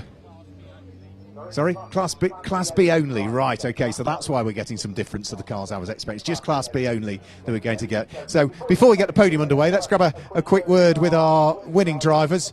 We'll start with Kevin Glover. Kevin, can I come in and grab a quick chat? That looked rather tricky out there, but you made it look really easy in some respects, because you were keeping the reigning champion Nicole Drought at bay. Yeah, far from it. It was horrendous. And obviously Nicole's then got me to kind of set the standard for where to brake and turn and that. So all I was really doing is just looking in the mirrors and trying to get in the way a bit, just hold her up as best as I could. And it's really unfortunate for Nicole. I would have loved to have had a full race with her. Yeah, really unfortunate to see. I think it was just a case of a bit too much curb, and then of course what you get is the water sloshing from one side of the circuit to the other and creating a river. Yeah, so on that left-hander just there was a massive puddle. So if you hit that wrong, you'd kind of swap ends really quick. So it's really just on fingertips trying to get down Craner curves. Well done, it's a win. Thank you very much. Yeah, it's lovely. And of course you handed the car over to Henry Wright, who brought it towards a checkered flag. Henry, it might be a new car for you guys, but it seems as though you're getting to grips with this Golf very easily. Yeah, still a platform we're learning and getting to grips with, but yeah, you can't be disappointed with that the first time out in the wet with it. So yeah, really happy. Kev had the pace today over me, so I just brought it home, trying to keep Charlie behind me, kept him honest just about, but really enjoyed that great racing and yeah, great day out. And a nice benchmark setup to start on, wet races later on this season. You've got a benchmark to start from in terms of the setup on the car. Yeah, exactly. I took some advice from one of our sponsors, Nitron. They were spot on. Years of experience in this kind of conditions, this kind of activity. So yeah, spot on. Twisted a few damper settings and sent it. Well done, well done. Let's go have a quick word with Charlie Polk if we can. Charlie, second on the road, tough conditions out there. It's his birthday! Happy birthday. It's next year. No, it's great fun. Started off about 7th, a bit underconfident going down Craners, and then eventually built up, and then got the better of the car. It's first time out in the wet, so it was great fun at the end, but really hard concentration out there as well. So yeah, great fun all the same. So. Well done. We'll leave it there because I want to grab a quick word with the drivers that finished third in Class B because we've got George and Jack Wright over this way as well. We'll wander over to them and then we'll quickly do a podium. So it was Jack that started behind the wheel of the car. Jack, come on over. Well done, third place in Class B. Yeah, it was a bit of a fortune for all the other cars that had their issues. I don't think we would have been here without that because a bit of a mess up at the start. Didn't get told it was a rolling start behind the safety car. We thought we were gridding up, so they all went. And then we got back up again and I had a bit of a lock-up into with the chicanes going down the back straight, which lost me a few places. And then Dad just went out consistently, managed to keep in P3 and do good lap times, and it was, yeah, brought it back in the end. So you got all your racing driver excuses in. We'll bring Dad in now and find out how you got on. You don't need the excuses. I don't need any excuses. There was no pressure on me other than the risk of death. They said, if you drive too fast, just keep it on the black stuff. No heroics. We've got a gap behind us and you won't catch the two in front. So just don't make any mistakes. Oh, pressure then. So I just drove slowly and I gently toot around, put the radio on, aircon and just chilled out. Easy race. Well done. We've got a podium to do, so we'll just get our drivers up onto the podium in reverse order in Class B. Up onto the podium, if you will. We've just spoken to them. George and Jack Wright onto the podium, gentlemen, in third position. They'll head up onto the third step of the podium where some trophies await them as they make their way up onto step number 3. There's a trophy there for them. I think the other trophies are for other classes. Finishing in second place on the road in Class B, Charlie Polk. Well done to Charlie, who picks up second place in the race on the road. Congratulations to Charlie. But it's the top step of the podium and it's a win for the Volkswagen Golf pairing of Henry Wright and Kevin Glover. Well done, gentlemen. They head up onto the top step of the podium. There's a garland waiting for them, and they win round 3 of the 2025 MSVT Trackday Championship here at Donington Park. Trophy held aloft, garlands around the neck. In fact, they can get 2 heads through the garland. And there you go. That concludes our podium presentations for the MSVT Trackday Championship.